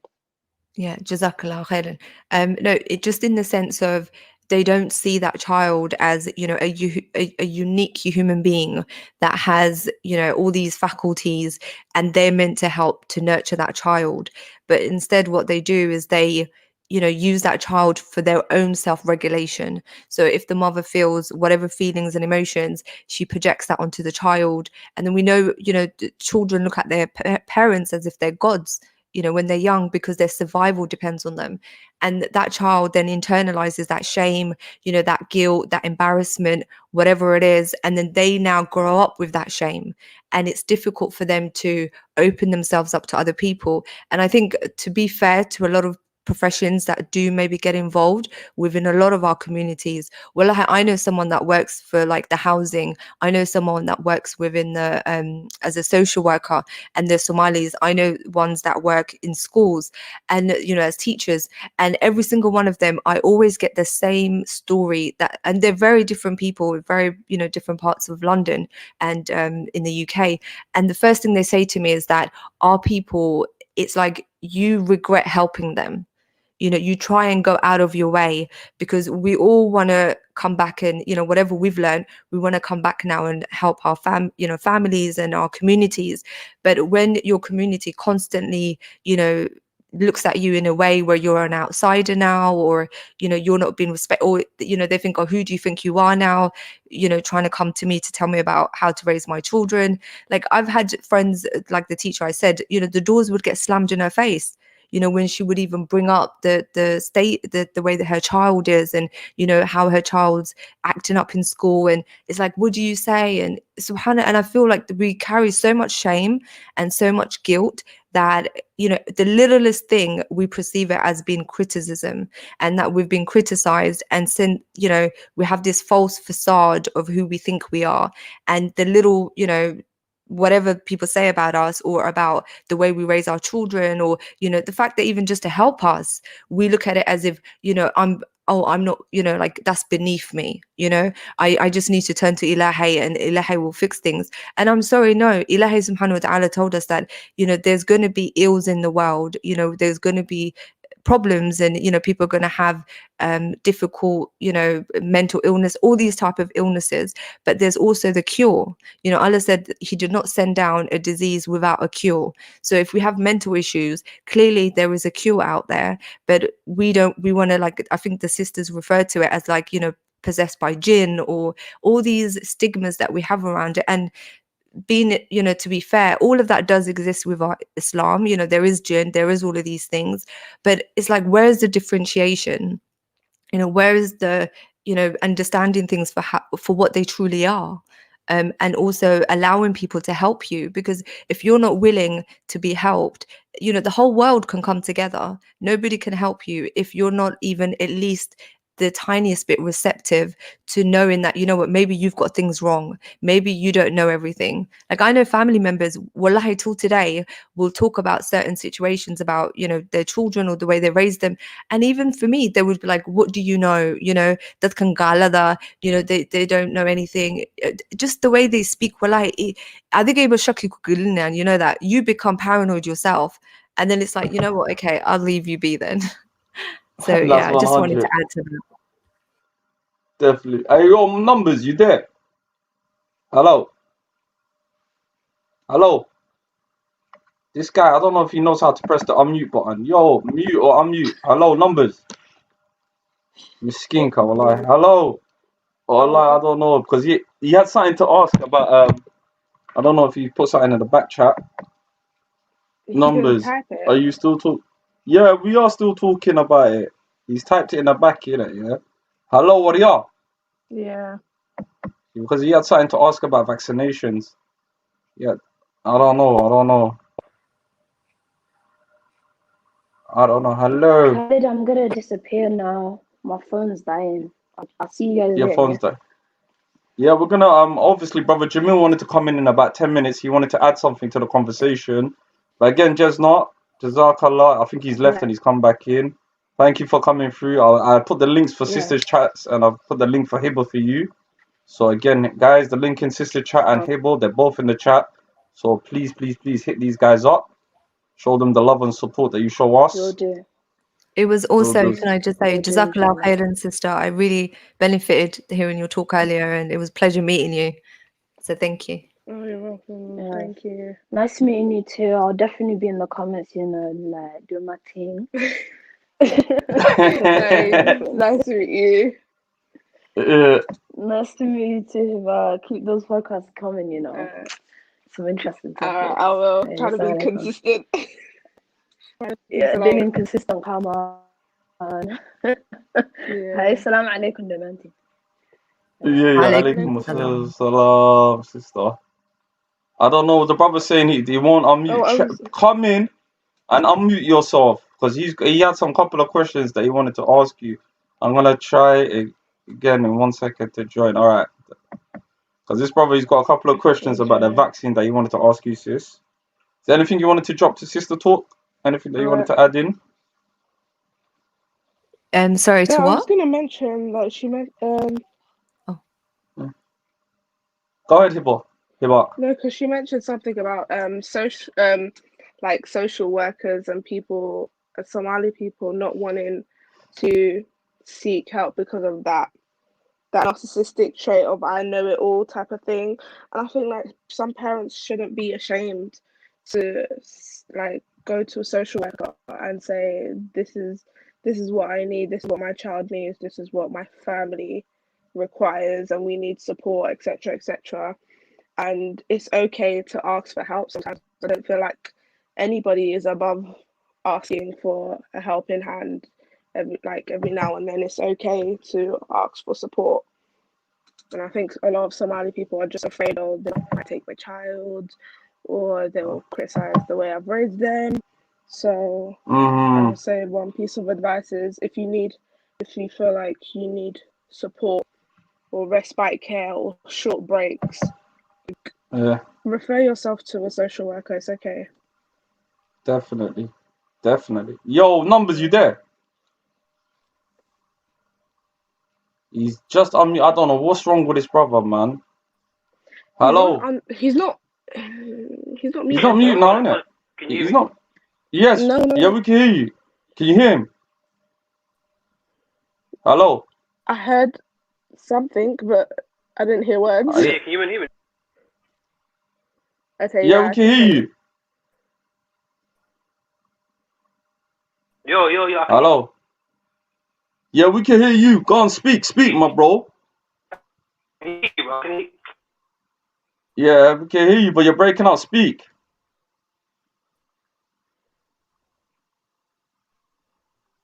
Hello. Isn't it irony when you're there, but you're not quite there? Oh, no. Yeah.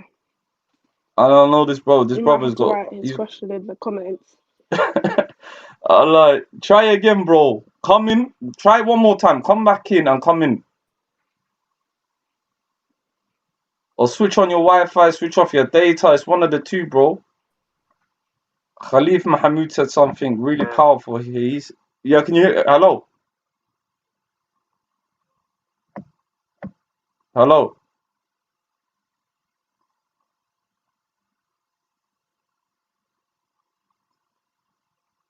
The brother said here, he said here, like, it hurt me for speaking about it, self-trauma, speaking about it hurt. Well, like, once I found this channel, I cried and Somali Kuna. Yeah, what do you think of that? What do you think of people being bullied and the psychological effects that it's had? I think Hello, it guys. definitely, yeah. Yeah, go ahead, sis. Khalifa Mahmoud, subhanallah. Firstly, thank you for sharing that, I would say. And also, may Allah subhanahu wa ta'ala make all of us, inshallah, as well as yourself, may Allah heal us. Allahumma ameen. Ameen. Is the brother back? Should I wait? Yeah, are you back? Can you hear me? Yeah, we can hear you perfectly. Can you hear us? I can hear you. I can hear you still. Yeah, you perfect. Go ahead, man. Drop some things, man. We've been waiting for you all day. I hear that, you man. Obviously, there's a couple of things I wanted to add in about the vaccine. Obviously, I've been doing a lot of research, and a couple of things that people need to know. Yeah, is obviously you might know what Pfizer is, isn't it? You might know what Pfizer is. You lot, there's girls on the panel as well, bro. Nah, guys and girls. Yeah, come on, bro. You know what I mean, man. You know what I mean. The one that's created the COVID vaccine. Go ahead. So you might know what Pfizer, yeah? Drop it. Us lot, don't Pfizer, say you, bro, man. basically, I hate it. I hate when guys say you guys and girls say man and can't you say dot kenna? Go ahead. bro, come on, what are you talking about right now, man? Yeah, go ahead. That's what I was saying, man. Basically, Pfizer, the government have said that anybody who gets less than 60% disabled from the vaccine is not liable for compensation. So basically, if the vaccine disables you, if it's less than 60%, you can't get any compensation. And you can't sue Pfizer, which is the company that is releasing the vaccine. So obviously that for me is a mausoleum of information. Because if you can't even sue the company that is releasing the vaccine and you can't sue, and if you're less than 60% disabled, you can't sue the government. Do you know what I mean? It's not really worth it. Do you know what I mean? You want to get what I'm trying to say? I think they put that terms and conditions in it because in the past Pfizer has been sued like so many times. Like I think I've done my own research where they're ranked at number 3 for pharmaceutical suits, like lawsuits. So why would you take it? I personally, I would not, to be fair. But some people have. And I saw like this morning on someone's Snapchat that someone actually died from the vaccine.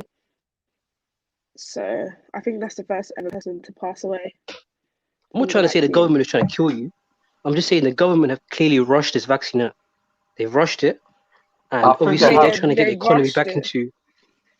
Yeah, they've rushed. It takes 6 years to 7 years just a vaccine to get approved before it even goes into society. 100%. And obviously, my theory is they want to not test it out, but they want to give it to the working class in it, because whatever happens, it's going to be on them. Do you know what I mean? It's not going to be on the rich upper class. It's going to be on these people like us. You know what I mean? Somalis, people that are not really, people that are part of the country but are not really. Do you know what I mean? They're not the Adan. They're not the. You know what I mean, man? Yeah, I get it. So obviously, I don't want to see anyone here taking the vaccine. Then I don't see no one don't want to hear Oh, that. No, I'm what not about? trying to get that. No. But then again, Obviously, you know, I safe is thought to drop me in it. prevention. No. Huh? But what about? Do you know about the other vaccinations? Do you know anything about MMR vaccinations and stuff like that? You're aware of them things, numbers? So I was like, well, so, but I thought, you know, Uh, no, not really, bro. I'm not really. But I mean, I've probably taken one in. I've probably taken it in myself, and I've mm, come out fine in it. I'm sure a lot of people have as well. It's not vaccines are not the issue in it. It's just that this vaccine is not properly approved in it. Like it's not, and the government have Yeah, it's taken not FDA precautions. approved. It's not CDC approved. It's just made by a Mm, particular company, so it hasn't been yeah, approved by the like CDC or FDA or anything like that. So yeah, I wouldn't even trust if them. them and approved it, yeah, even if them and approved it, it wouldn't really because they'll just say, "Oh, we made a mistake," and that's what they're gonna say to you. Worst case scenario, they'll just say, "Oh, my bad, it was a mistake." You know what I mean? If you took in 5 years, they'll probably have an advert where they say anyone who took the COVID vaccination in 2020, 2021, you're liable to compensation, shit like that. You know what I mean? It's not gonna be like they're gonna say, "Oh, we're so sorry."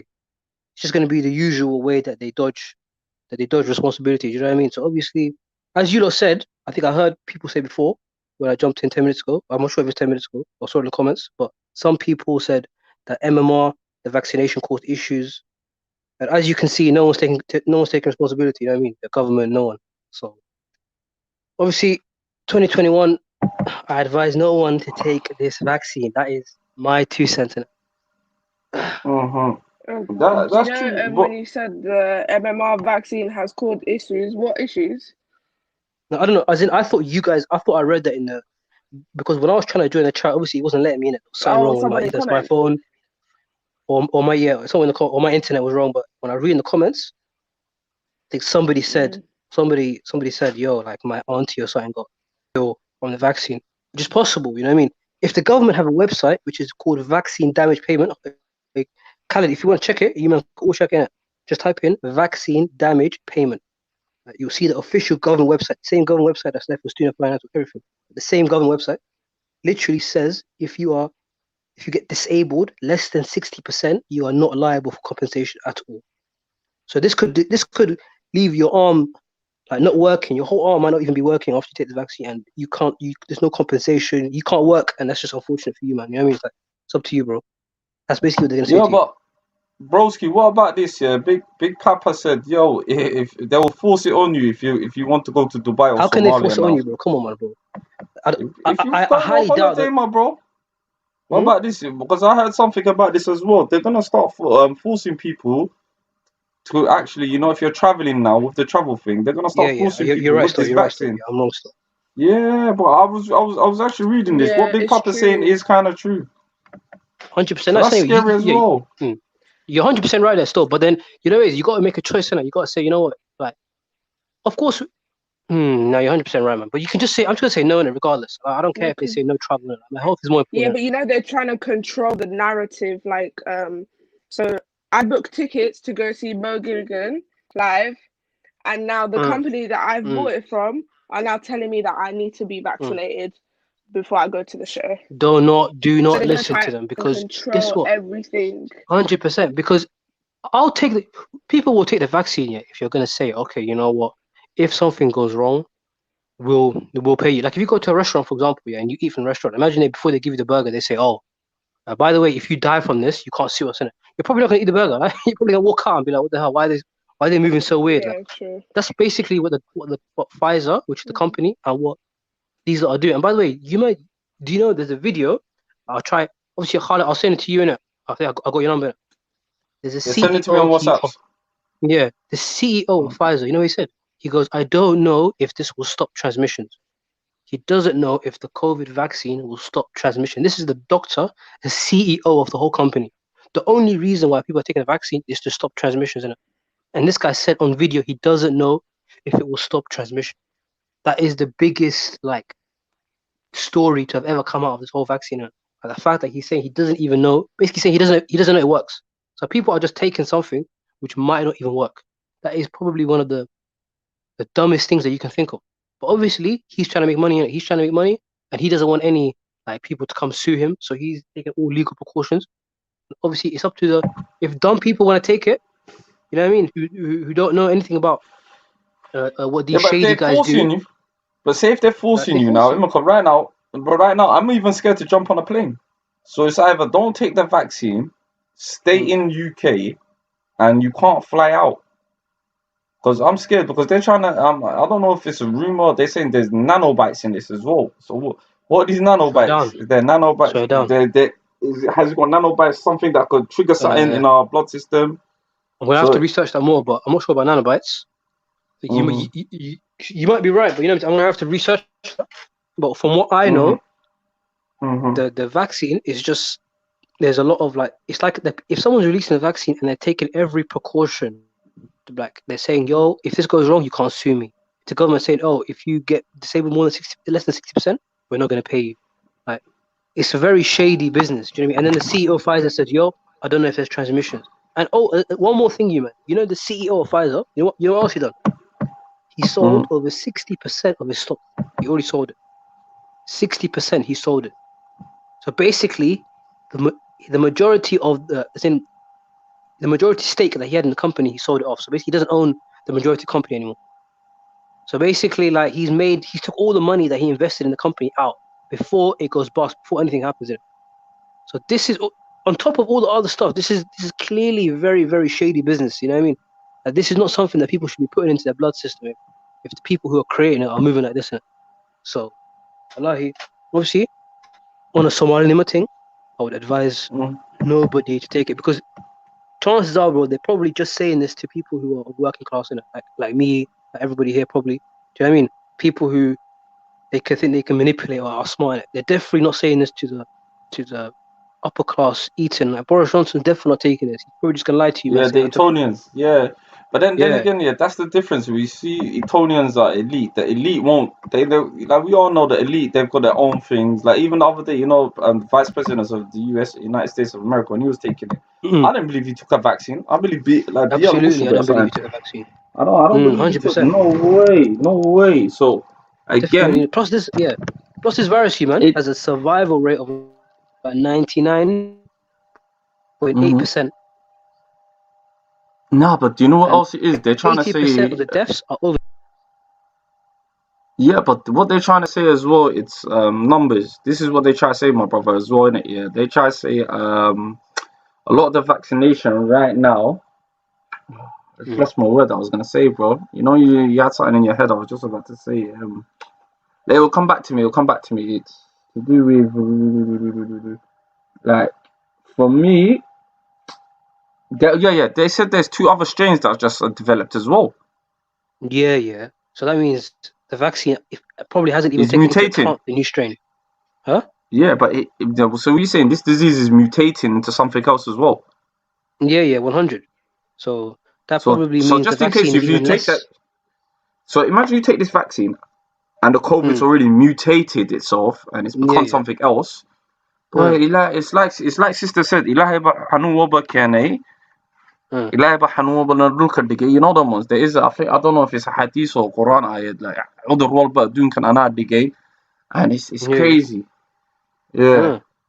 Now 100, but you're right, bro. Crazy. Like, it's mutated, so that means it's even less likely that this vaccine will work in it, because it hasn't taken into account the mutation. Do you know what I mean?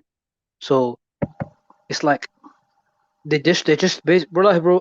My advice to everybody is, before something, if the government said, yo, like if something goes wrong, we got you.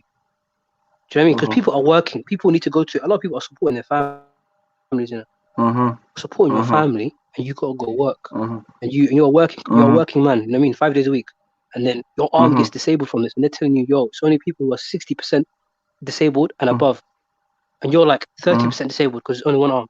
What are you gonna do then? What are you gonna do? Like, do you mean the government will just look and you say, okay, well, sorry, I mean, do it. That's all they're gonna say to you.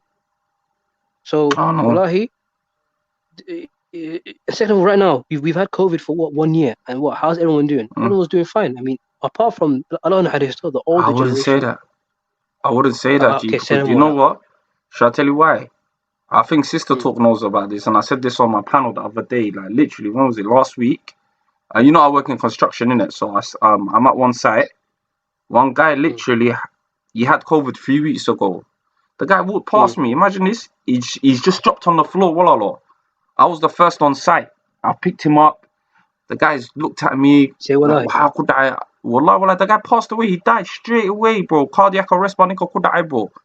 And everyone's like, 3 weeks ago, this guy had COVID. He just recovered. Allah Do you get where I'm coming from?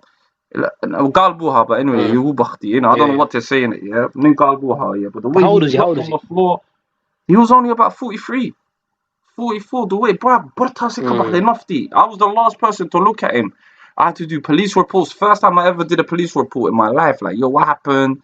And I was like, yo, the guy just dropped. Next minute, hit his head. I picked him up again.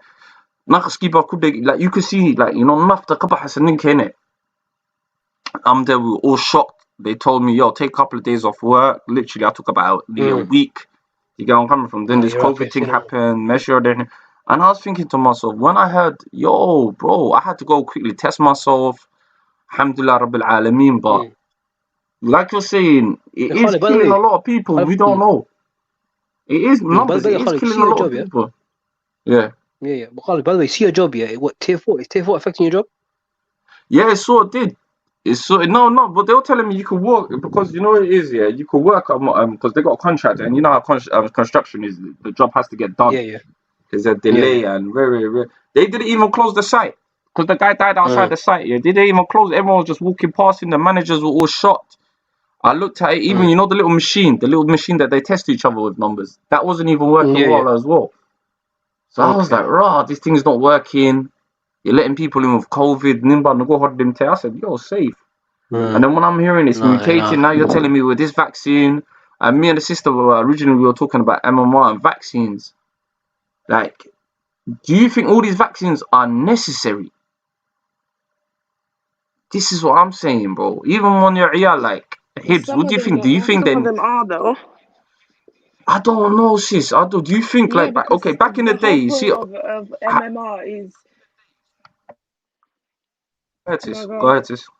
No, I was just saying, look how our parents and our grandparents and all of them lot, they didn't even have injections. Like my grandma's 97 years old. But she's at the age of 92, but I wake up to but apart from that, well, like I could say my grandma never had no issues. Now she's right here, man. She lives with me and my auntie, innit? You get where I'm coming from, yeah? Obviously, it's crazy. Like with me, it's all these injections. I remember with the MSR, it only used to be free because I'm that generation. I think they changed it before 1994, where they made it into 5s. Do you get where I'm coming from, sis? And there was a study by Egyptian doctors saying there's high levels of magnesium, especially in some of these MMR vaccines. There's high level of magnesium that I don't want to put it out there that sometimes some of the thing is kind of related together, sis. Remember I told you that I volunteered and a lot of the parents did tell me, and one of my friends, he told me I could say this as well. He said he blames himself. And a lot of parents are like, he was alright, next minute later, so do you think we have to take them things in consideration with vaccines, sister? Do you wanna answer that one? I think my opinion is, and I always stand firm with it, is that there's no like physical evidence that proves MMR vaccine leads to autism in children, because autism is something that's like neurological. It's like it's to do with your brain. It can't be something that you can be injected with. So I don't believe that it causes autism. Yeah, that's just my opinion. And I feel like a lot of parents need to be more self-aware of the symptoms. I've said this, like some Somali parents, they don't pay attention at like the things that happen at home, or like they don't like sit around the table like Adam people do and be like, oh, how was your day at school, like what while they're eating, or have a discussion. It's more of do as I say. Like I've come from a home where I just listen to my mum. I do what she told me to. I go to school, I work, and that's it, literally. So it's more of a, you need to conversate with your child, see if they're communicating back to you, if you see the signs of no speech, that could possibly be autism. So I doubt that the vaccine contributes to autism, and it's considered to be very safe. So yeah, that's just my opinion. I hear that. Listen to these numbers. We got, like what the sister said, but there's Libahira said there was a law protecting medical companies in emergency situations from 2005 to 2024 in the US. So some of these companies are insured as well. Even Hiba, even if it is sort of similar related, it is sort of, they are covered anyway. So there's no liability. Even if your kid, because of vaccinations, you can't even sue them. You can't even get nothing of them because they've covered themselves as 100%. well. No, but like I'm not gonna lie, but when it comes to modern medicine and the NHS, they will always be covered. There's never a time when they're not covered. Do you know what I mean? Yeah, but that's not an excuse though. Even if they are covered, there's loopholes. There's loopholes. If you have the best lawyers and you have the money and you have the means, you can find a loophole. I'm telling you that. Because there was but our health is at risk though. Somali girl. Go ahead, sis. You got a story about the Somali girl? Yeah. So basically, there's this Somali girl and her child. She said her child was perfectly healthy. She ended up displaying seizures, but the doctors put her on a wrong medicine, so a wrong treatment plan, and she ended up suing the NHS. The doctor that provided the treatment plan is his license got restricted. He can't work in Europe anymore. So there's ways to go about it if you fight for your child's rights. Like, you just need to find a way. There's always a way when it comes to doctors and NHS. But when it comes to stuff like this, like even with my sister's diagnosis, because she had a stroke during the pregnancy, it was always a hit and miss. Her trial, her medication, her treatment was a trial basis, because it wasn't really seen. Like, it was not the norm to see a child have a stroke in the stomach. They didn't know how to treat it. They didn't, because she ended up having cerebral palsy, epilepsy, severe developmental delay, vision impairment. So she had multiple health problems, and they didn't know like how to go about it, but to enter her into a trial-based treatment, and a risky surgery. Literally, that's how we had to go about it. So there's always a risk when it comes to your health, especially when you're suffering from a lot of disabilities. There's always some sort of risk. But it's about taking that risk and having that faith that Allah subhanahu wa ta'ala will make it easier for you. Yes, definitely. May Allah make it easy on all of us. Yeah. That's the main thing. I mean. That's the main thing. Because at the end of the day, I think that's one thing we tend to forget. Allah's the best of planners, isn't it? Yeah. As well. But I mean, the main thing that I wanted to have this conversation about is just to create awareness. Do you get where I'm coming from? That's all we're trying to do. We're not trying to blame things. We're not trying to. We're just trying to create awareness and saying this is in our situation. That we have this in our community, and Somali, the school talks. Let's not be shy about talking about certain things.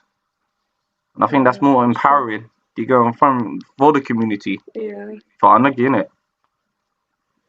Sister talk, you've been quiet for a little bit. Yeah, subhanallah. I was just really just taking in what everyone was saying. It's quite interesting, subhanallah. The only thing that I would maybe add to what everyone has also shared is that, like, I think everyone has different ways of dealing with things. And for me, subhanallah, I'm not really educated in this department, so I can't really say much. But just from an Islamic perspective, because I always look at things through the filter of Islam. And I think both you and Sister Hibaq also said about, Allah is the greatest healer.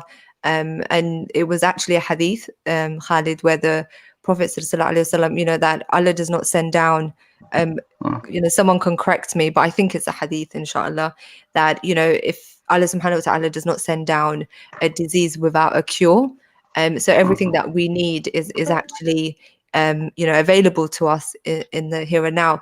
But that doesn't necessarily mean it's going to prevent the qadr of Allah.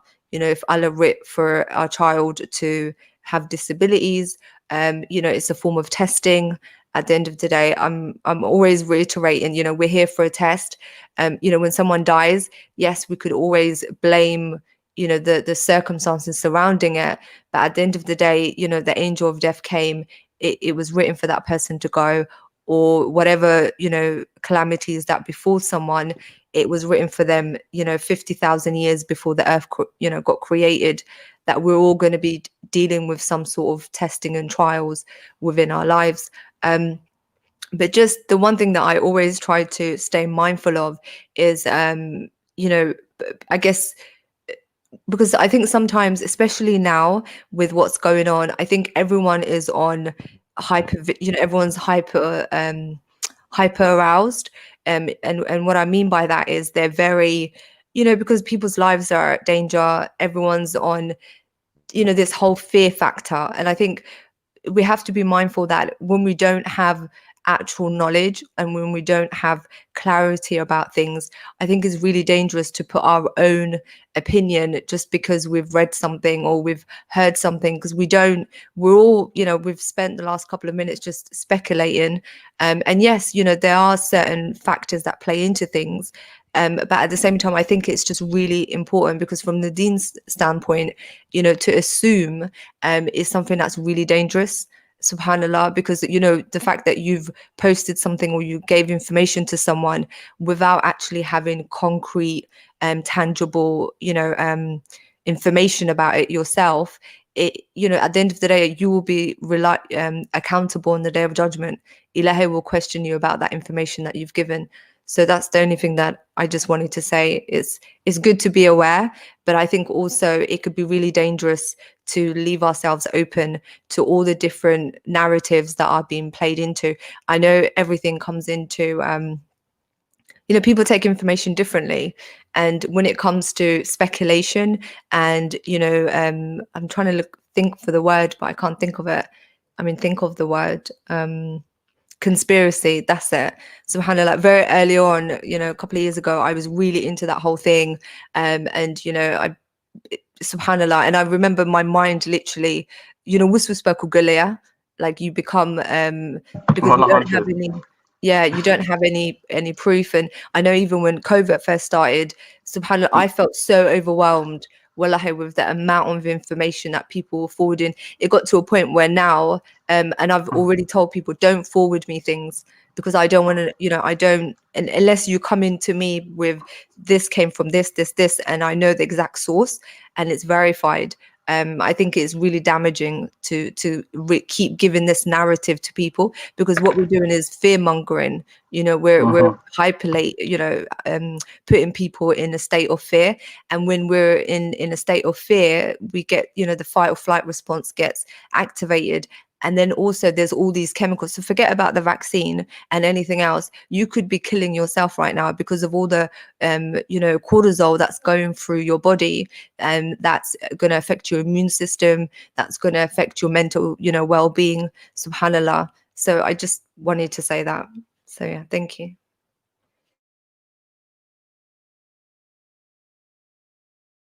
No problemo, sis. Hey, Buck.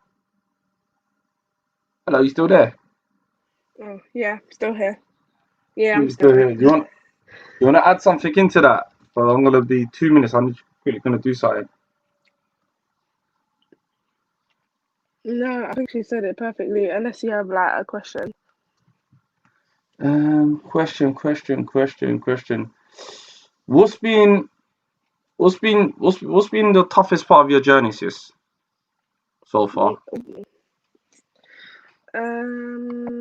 That's a tough one. I think the toughest part of my journey is the fact that I had to learn how to be responsible for another being that isn't technically my child, but feels like my child. And then I carry that with me wherever I go. So even if I was to get married, I would have to always think of her because our parents are not always going to be here. So I always have that thought in the back of my mind that, oh, who would take my sister? It's going to have to be me, literally. So there's that. And then some of the struggles that I went through was that I didn't know I was severely depressed and had anxiety throughout my early 20s. So I basically suppressed everything like so badly, literally suppressed it so much. And then I think when I was like 22, 23, I literally reached that burnt out stage where I couldn't do no more. Like I didn't want to do anything. Like I couldn't get out of bed. The simplest thing, like brushing your teeth, was a chore for me. Like even personal hygiene, like I know it's bad, like it's bad to say, but personal hygiene wasn't a thing for me for a little bit because it just took the life out of me to shower, to do things. And then I remember it's like, oh, I have to like, force myself to do things, like because if I don't force myself to do it, who else is going to do it? So then I ended up making the choice of seeking help because I couldn't live like this. I was like, no, I need to do something, and then ended up being on antidepressants, which has helped up until now, and I'm actually doing really well. But I wouldn't recommend being on antidepressants for like long term because it can really like mess up your system. So that's one thing that I would say. And doing talk therapy helps. So yeah. Wow. Wow. Thank you for sharing because you know what we never hear about, like we always hear about the aspect of siblings that care, people that care. We alluded this to we spoke about this earlier, and Yeah. that's a bit, I think, like that's a conversation I think that's necessary as well. Because Yeah, imagine because I a didn't young brother or sister that's going through the. You get where I'm coming from, sis? yeah. Yeah, because I didn't realize it. Do you know when you're so consumed by just being the child of a special needs sister, and that's your identity, and then you just forget about yourself and all your problems and all your health problems and stuff like that. There was a time, was it in 2018? I couldn't feel my legs. The doctor said that I have a slip disc. I'm 22 with a slip disc. In Wow. 2018, I had to go physiotherapy. I had to like do a lot of things. Do you know what I mean? So sometimes your own health deteriorates because you're so consumed by that identity of being a child of a special needs sibling. Like I need to help my mom. I need to get her medicine. I need to do this. I need to do that. You have so much responsibility, and you have to like grow up a bit quicker than your peers. Yes. So Yes. it was always that for me, and then I didn't really have much of a social life until recently, where my sister would be like, "Oh, take a break. I'll come home and I'll help." So like, if I right now we're in a pandemic, so I can't really go out. But before, she would like come over and be like, "Oh, take a day off, go cinema, go do this, just do something, even if it's like go to the coffee shop and sit down, just get out of the house for a little bit." So there was How that. did that help? Yeah. Did you think that helped a lot? Yeah. Do you know Just what? trying to I felt like trying to discover yourself. yeah, but I didn't really have many friends in secondary school either because they didn't really understand what my sister was going through. So they were aware that I had a younger sister. Like they were all, because they saw my mum pregnant, and they'll be like, "Oh, how's your sister? How's your little sister?" And I'm just like, "She's at a hospital right now. Like I haven't seen her." So there was like a long period in her early stages till she was like 1 year old. She was just in a hospital. Like we barely saw her. We barely spent time with her in her early years. So people would ask us, and I'm like, I don't know how to explain. I didn't know how to explain epilepsy to my friends. Like back then, I didn't know how to explain that my sister had a stroke. I didn't even understand the concept of like these medical terms. Like I had to Google it and find it out myself and do my own personal research. So, but then like growing up in my teens, I didn't really have much of a social life, and then I noticed myself just being consumed by this one label of being a child with a sister of a special special needs sister. So that just became my identity. I didn't know how to socialize. To this day, I don't even know. I'm surprised that I even committed to doing this. Do you know what I mean? Because I don't really talk.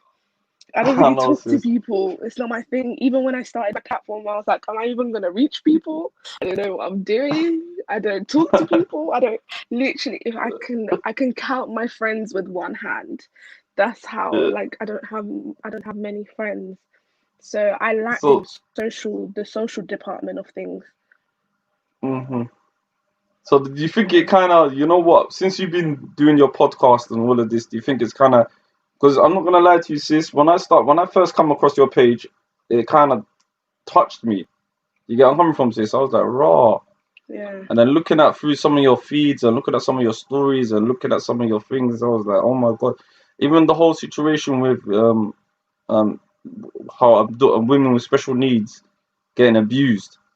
That's a subject that I was thinking I never thought of that until I came across your page. It's something that never came in my head until I spoke to someone and someone told me, Khalid, why do you think Allah made Jahannama? Like for people specifically who are either molesting or injuring or doing this to young vulnerable women that have disabilities as well. So that's another subject that you've educated me, a grown ass 33-year-old man. I didn't get education, Montes, he's saying awareness. And again, like I said, like everyone's saying in the chat, Jazakallah, well done, sis. Well done. And people like you in our community should be celebrated to the highest accolades. You get what I'm saying? People that are actually rolling up their sleeves and, sick and tired of. This is the type of people that I kind of created this platform for, sis. People like you, people like Sister Talk that are willing to roll up their sleeves and tackle social issues and taboos that we're not talking about. And I think this might be a new way forward for the whole Somali community around the world. Yeah. Actually getting together, talking, sharing ideas, networking.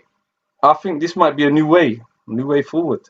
And if it helped you and it's helped individuals, like I don't know. We're not therapists, sister. I don't see this as therapy, but I see this as I don't know what to say. I just see this as powerful conversations that probably could change people's perceptions on things.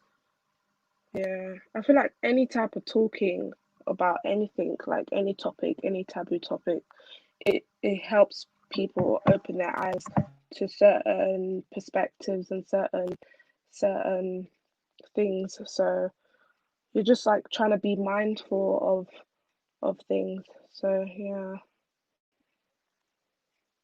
And just to add as well, like firstly, Jazakallah khairan for really being, vulnerable and also for sharing your story, because it's definitely moved me, sis.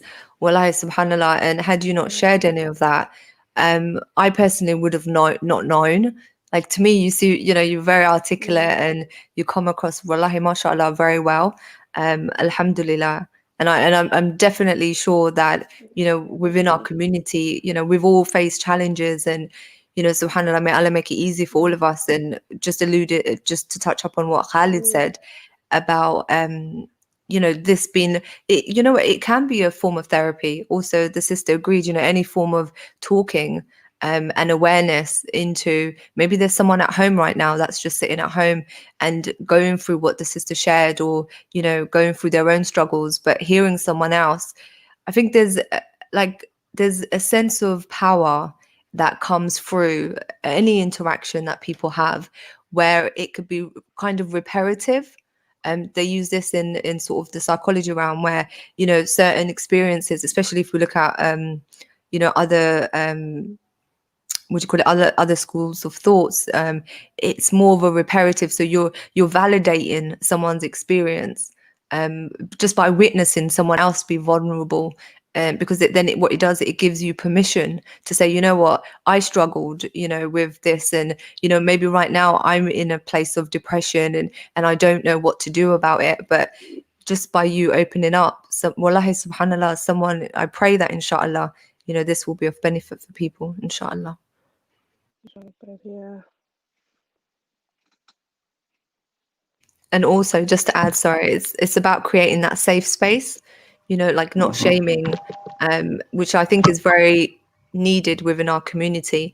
When someone comes to us, a sister or a brother, and says, you know what, I'm struggling and I'm going through this, is to allow people to touch their own emotions. Because there's something that, subhanallah, when the Prophet, peace be upon him, said, love for yourself what you love for your brother, and also, i.e., for your sister, it's really powerful, because I wouldn't really know, my own existence in some way gets mirrored to me through someone else. So that there's that sense of like we're mirrors for each other, that there's that innate understanding of what it means to be a human being. No, that's true, sister talk. And sister Hibbs, it's like this guy's winning soon. Winning song, I don't even winning song. He said, I'm listening with my teenage daughter and she's listening and inspired by the sisters.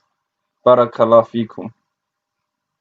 This is what it is. This is wa alaykum. This is what it is about. We've got teenage daughters that are actually listening to these type of conversations, and it's a blessing. And what it is, it's imagine what I see is like, when my friend actually opened up, and he opened up to me and a certain individual when he said, yo, I blame myself for giving that injection. Imagine there's young parents even listening to us now.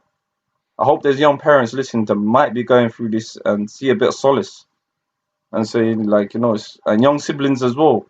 Young siblings as well that's actually might be going through what Hibak. Hibak? Yes, Hibak, innit? I was about to call you Hodden for a second. I don't know. All the H names always confuse them. And imagine that though. Imagine there's a young sister or a young brother that's actually listening to this conversation, because we had a brother called Ismail Muhammad that used to come on here. He had two siblings he had two young brother and sister that are both with special needs as well. And he reached out to me one time and he spoke about it, and he said, Khalid, you and that brother Khadr inspired, man. I love that conversation, and I think we need to really need to start backing. Thank you, sis. Thank you, sis. And for me, it's breaking barriers, learning to break these barriers and these barriers, and trying to tackle this ab and Hishod arms culture. That's why I tend to do these type of conversations, sis. You get where I'm coming from? It's good. It's beneficial. It can help so many people in the long run. Mm-hmm. So, sis, where do you see yourself in the next couple of years? Me? Yeah. With your degree now, to be with your I was gonna what say angles you're looking to get into? That's what I Yeah, of course. That's all the mission. That's all the mission. Literally. I'm gonna right now I'm not working because I have to shield for my sister. But hopefully in the new year, I plan on joining the CAMS team. It's children, adolescents, mental health services. So I wanted to do like practitioner work for now and get like experience of working with teenagers and children with mental health issues, or that have been emotionally abused or have been sexually abused, or whatever it may be that they're dealing with. So that's what I was going to do, and join the NHS hopefully, but not in my borough because they're so crap. Maybe in Homerton. Maybe in Homerton, inshallah, inshallah. Yeah, inshallah, though. Inshallah. Khalif Mahmoud says, sharing my trauma with you guys is right to me because you're my people. How do you think that No, it's helps? good. Again, you know, with us Somali, especially like Sister Jasmine said, if we focus on the Somali community, how do you think we could actually implement certain things in our community now? Like, is there any sort of Somali sort of agencies, organizations, that you're aware of, Ibs, that actually No, tackle I'm issues with? actually, I don't know. The only organization that I know is the Somali Forgotten Minds one that I came across last Yeah. year, but they only do work in back home and tackle the Okay. issues and the stigma that's back home. But I'm not aware of anything right now that's happening in London. I'm not sure if you want to ask Sister Talk. Sister Todd, do you know any sort of organizations or anything that's here for, young like Somalis and all of that? Or is that No, something we should, the next generation look at? I Encouraging Sister Hiba or Khaled. Go ahead, Wallah, Hiba. yeah, no, I would definitely agree with what you said about creating something. Um, in anything that I've come across so far, to be honest, ever that I can remember, I haven't come across anything that's just purely catered to the Somalian community. I know that there's things that are done for like various different causes, but yeah, no, not anything that's related to just specifically this like our Somalian community, which is a shame when we think about it, because a lot of the ills that fall upon communities, I think majority of it falls within our community, just even by how our youth, that they're losing their lives or they're involved in various different activities that are not really productive for their well-being, or that's not helpful for their future, subhanallah. So yeah, I know they have like, if the agencies that I know of just on top of my head is like Mind UK, but that deals with a variety of people. I Mm-hmm. know it's a counselling service, and they also deal with people that are maybe struggling as well financially. So they do give some sort of help towards people like that, and also Headstrong.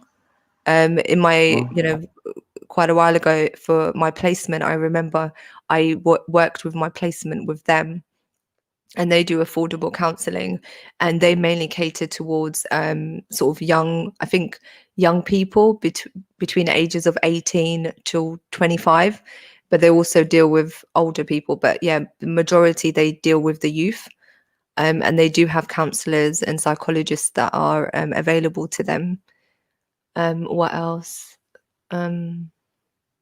I know in schools they have, I know obviously because of the pandemic, but inshallah, when things go back to normal, they'll have Place to Be is really good. They work with children in schools. So I think between the ages of 5 to 15 or something like that, they do counselling services for them. I did training with them, and I know they really are amazing, wallahi, like how they speak to children, and it's all again confidential. And if the child wants to talk to someone, they can go to the school and just say, I want to speak to a counsellor. They could do it that way. But then again, when it comes to that, I think I would be more mindful of, if the child's been abused, would social services be called? So that there's a very, subhanallah, I think for me, I don't know. I feel like you have to get to the root of things. And if we keep covering things up, and in fear of, maybe because we lash out on the child, and, we that's the other thing. I know a lot of kids that go to school, maybe they get, hit because it's normal within our culture, right? It's not, we don't see it as abuse because this is how you discipline a child. But, when you do that and you keep telling the child not to say anything, or when the child sees the parent. So for me, I think really just to start off with the parents being in the house, how are you dealing with your child? Are you making them feel safe to speak to you? Or if they ever come and talk to you about something that's sensitive for them, are you dismissive? Are you overreactive? Do you shame them? because we have to understand as well with children, they go through various different transitional stages, you know, from when they're a child to when they get to adolescent. You know, the hormones change, they're, you know, exploring them, you know, who they are. And subhanallah, there's something that I wanted to touch upon with the sister when she said, you know, she had just the label of, you know, being the carer for her sister. I think within the young females within our households, unfortunately, you know, when a mom has, you know, quite a number of children, you know, even if they don't have any disabilities, there's that element of, you know, giving the child so much responsibility within the household that you kind of the child becomes stagnant. You know, they don't grow up, but yet they don't. And then as they get older, you know, we end up using the deen to punish them. You know, we suppress their feelings, their urges for, you know, wanting to explore their sexuality. And by the way, don't get alarmed. I'm not saying for them to do anything haram or anything like that. I'm just saying for them to, you know, and understand what does their body do, and, you know, why are they suddenly feeling all these urges, all these feelings, rather than just shaming them. And, you know, I know people that have started them, you know, menstruational cycle, and, you know, nobody really told them about anything to do with why suddenly, you know, a young girl finds herself bleeding, or you know, if a boy, you know, after, you know, his pubertal essence age, he ends up you know, I know, even saying this on this channel, I'm stuttering my words, subhanallah, just because I know how much of a stigma and how people view you know, the natural order that Allah subhanahu wa ta'ala created us in. So yeah, subhanallah, it's just really about being open. I think while we're, you know, people like Hibaq is setting up, and inshallah, you know, the younger generations, while people are doing their bit, in the meantime, I think just to bring a sense of like agency, I would say really just start with how you talk to your child. You know, are you being attentive? Are you being available? Can you, like the sister said, can you pick up on your child's cues, you know, their emotions? If they've come back from school and they feel sad, or, you know, they look a bit, you know, depressed, just questioning, and again, not question them in a way where when they do open up to you, where you shut them off, and because now you're rejecting what they're telling you because it's not something that's favorable for you. It's really, you know, understanding your role as the parent. You know, your whole purpose is for you to, you know, empower this young being and help them to be able to find ways where they can adapt and become resilient to the ills of life. You know, to them going to school being bullied, you know, do they know how to handle that? From a teacher picking on them, you know, do they know what's the next step to take? Or are you bullying, you know, are you their biggest bully at home, and then when they go to the outside world, it's kind of escape for them, and then they feel trapped. You know, they feel like, you know, school, this is happening, at home, this is happening. So subhanallah, I really do think our youths have it so much harder, just from what I've witnessed, you know, being part of the community as well. Subhanallah. So may Allah make it easy for us all, inshallah. Ameen. Ameen. Ameen. Definitely, definitely. I think Sister Talk dropped it brilliantly. Go on, Hibaq. You want to say something? No, I was going to say, we've actually been talking for 3 hours. Oh no, I'm gonna round it up, man. I'm gonna give it like, you know, 3 more minutes. It's been like 2 hours and 57 minutes, or I'm gonna give it Yeah. the last 3 minutes of the chat, and, you know, just answer a couple of questions. And Brother Khalif said, I taught myself my intelligence. Okay, then saw my intelligence. What does that mean? Let me see what else. Yeah, I think we covered everything, majority of everything, and we got covered everything about vaccinations and all of that, sister. But I put up the 2 links. First link I put up is link to Hibaq's podcast. The second link's always to the link to Sister Talks channels. If you want these brilliant sisters and more advices, more stuff, more awareness that these 2 sisters are creating in their own different type of ways, in their own different type of platforms. And, you know, I just want to encourage more sisters to come out and start talking, because, you know, when your sisters talk, we listen. Some of you guys think we don't listen, but we're out here listening. Yeah, I'm coming from. Not all of us are trash. Yeah. You get me? Not all of us are trash. I Or said some, okay? okay, I'll let you get away with that. But I think Sister Talk. I think she's more brilliant at breaking that stereotypical down for the younger generation and all of that. But it's been a brilliant show. Again, Sister, Yeah. thank you so much for coming Yeah, through. it has. It's been an honor collabing with you. How did you feel? How do you feel about the platform and what we're doing? Hello, sis. It's so good. No, I actually feel like, what's that word? I feel empowered. Does that make sense? You feel like you've got a place where you belong. You feel like you can share things with your brothers and sisters. Yeah, That because before, alhamdulillah, it's really good. Yeah, it's definitely and I've got a uplifting. I've got a powerful channel for you as well, man. Like I said, Sister Talk. If you wanna go on her channel, ever wanna feature or have a say, she does the Drop exact me same your thing I do. Instagram. She does the same thing.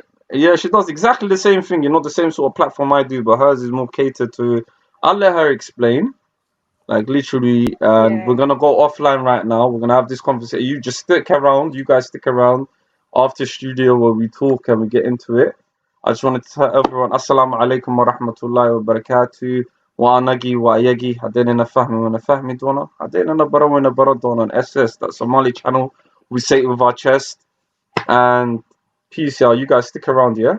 Wa alaikum assalam. Bye. Yes, stick around, guys. We're gonna just do the after show, so you guys stick around. Wait 1 second. Let me just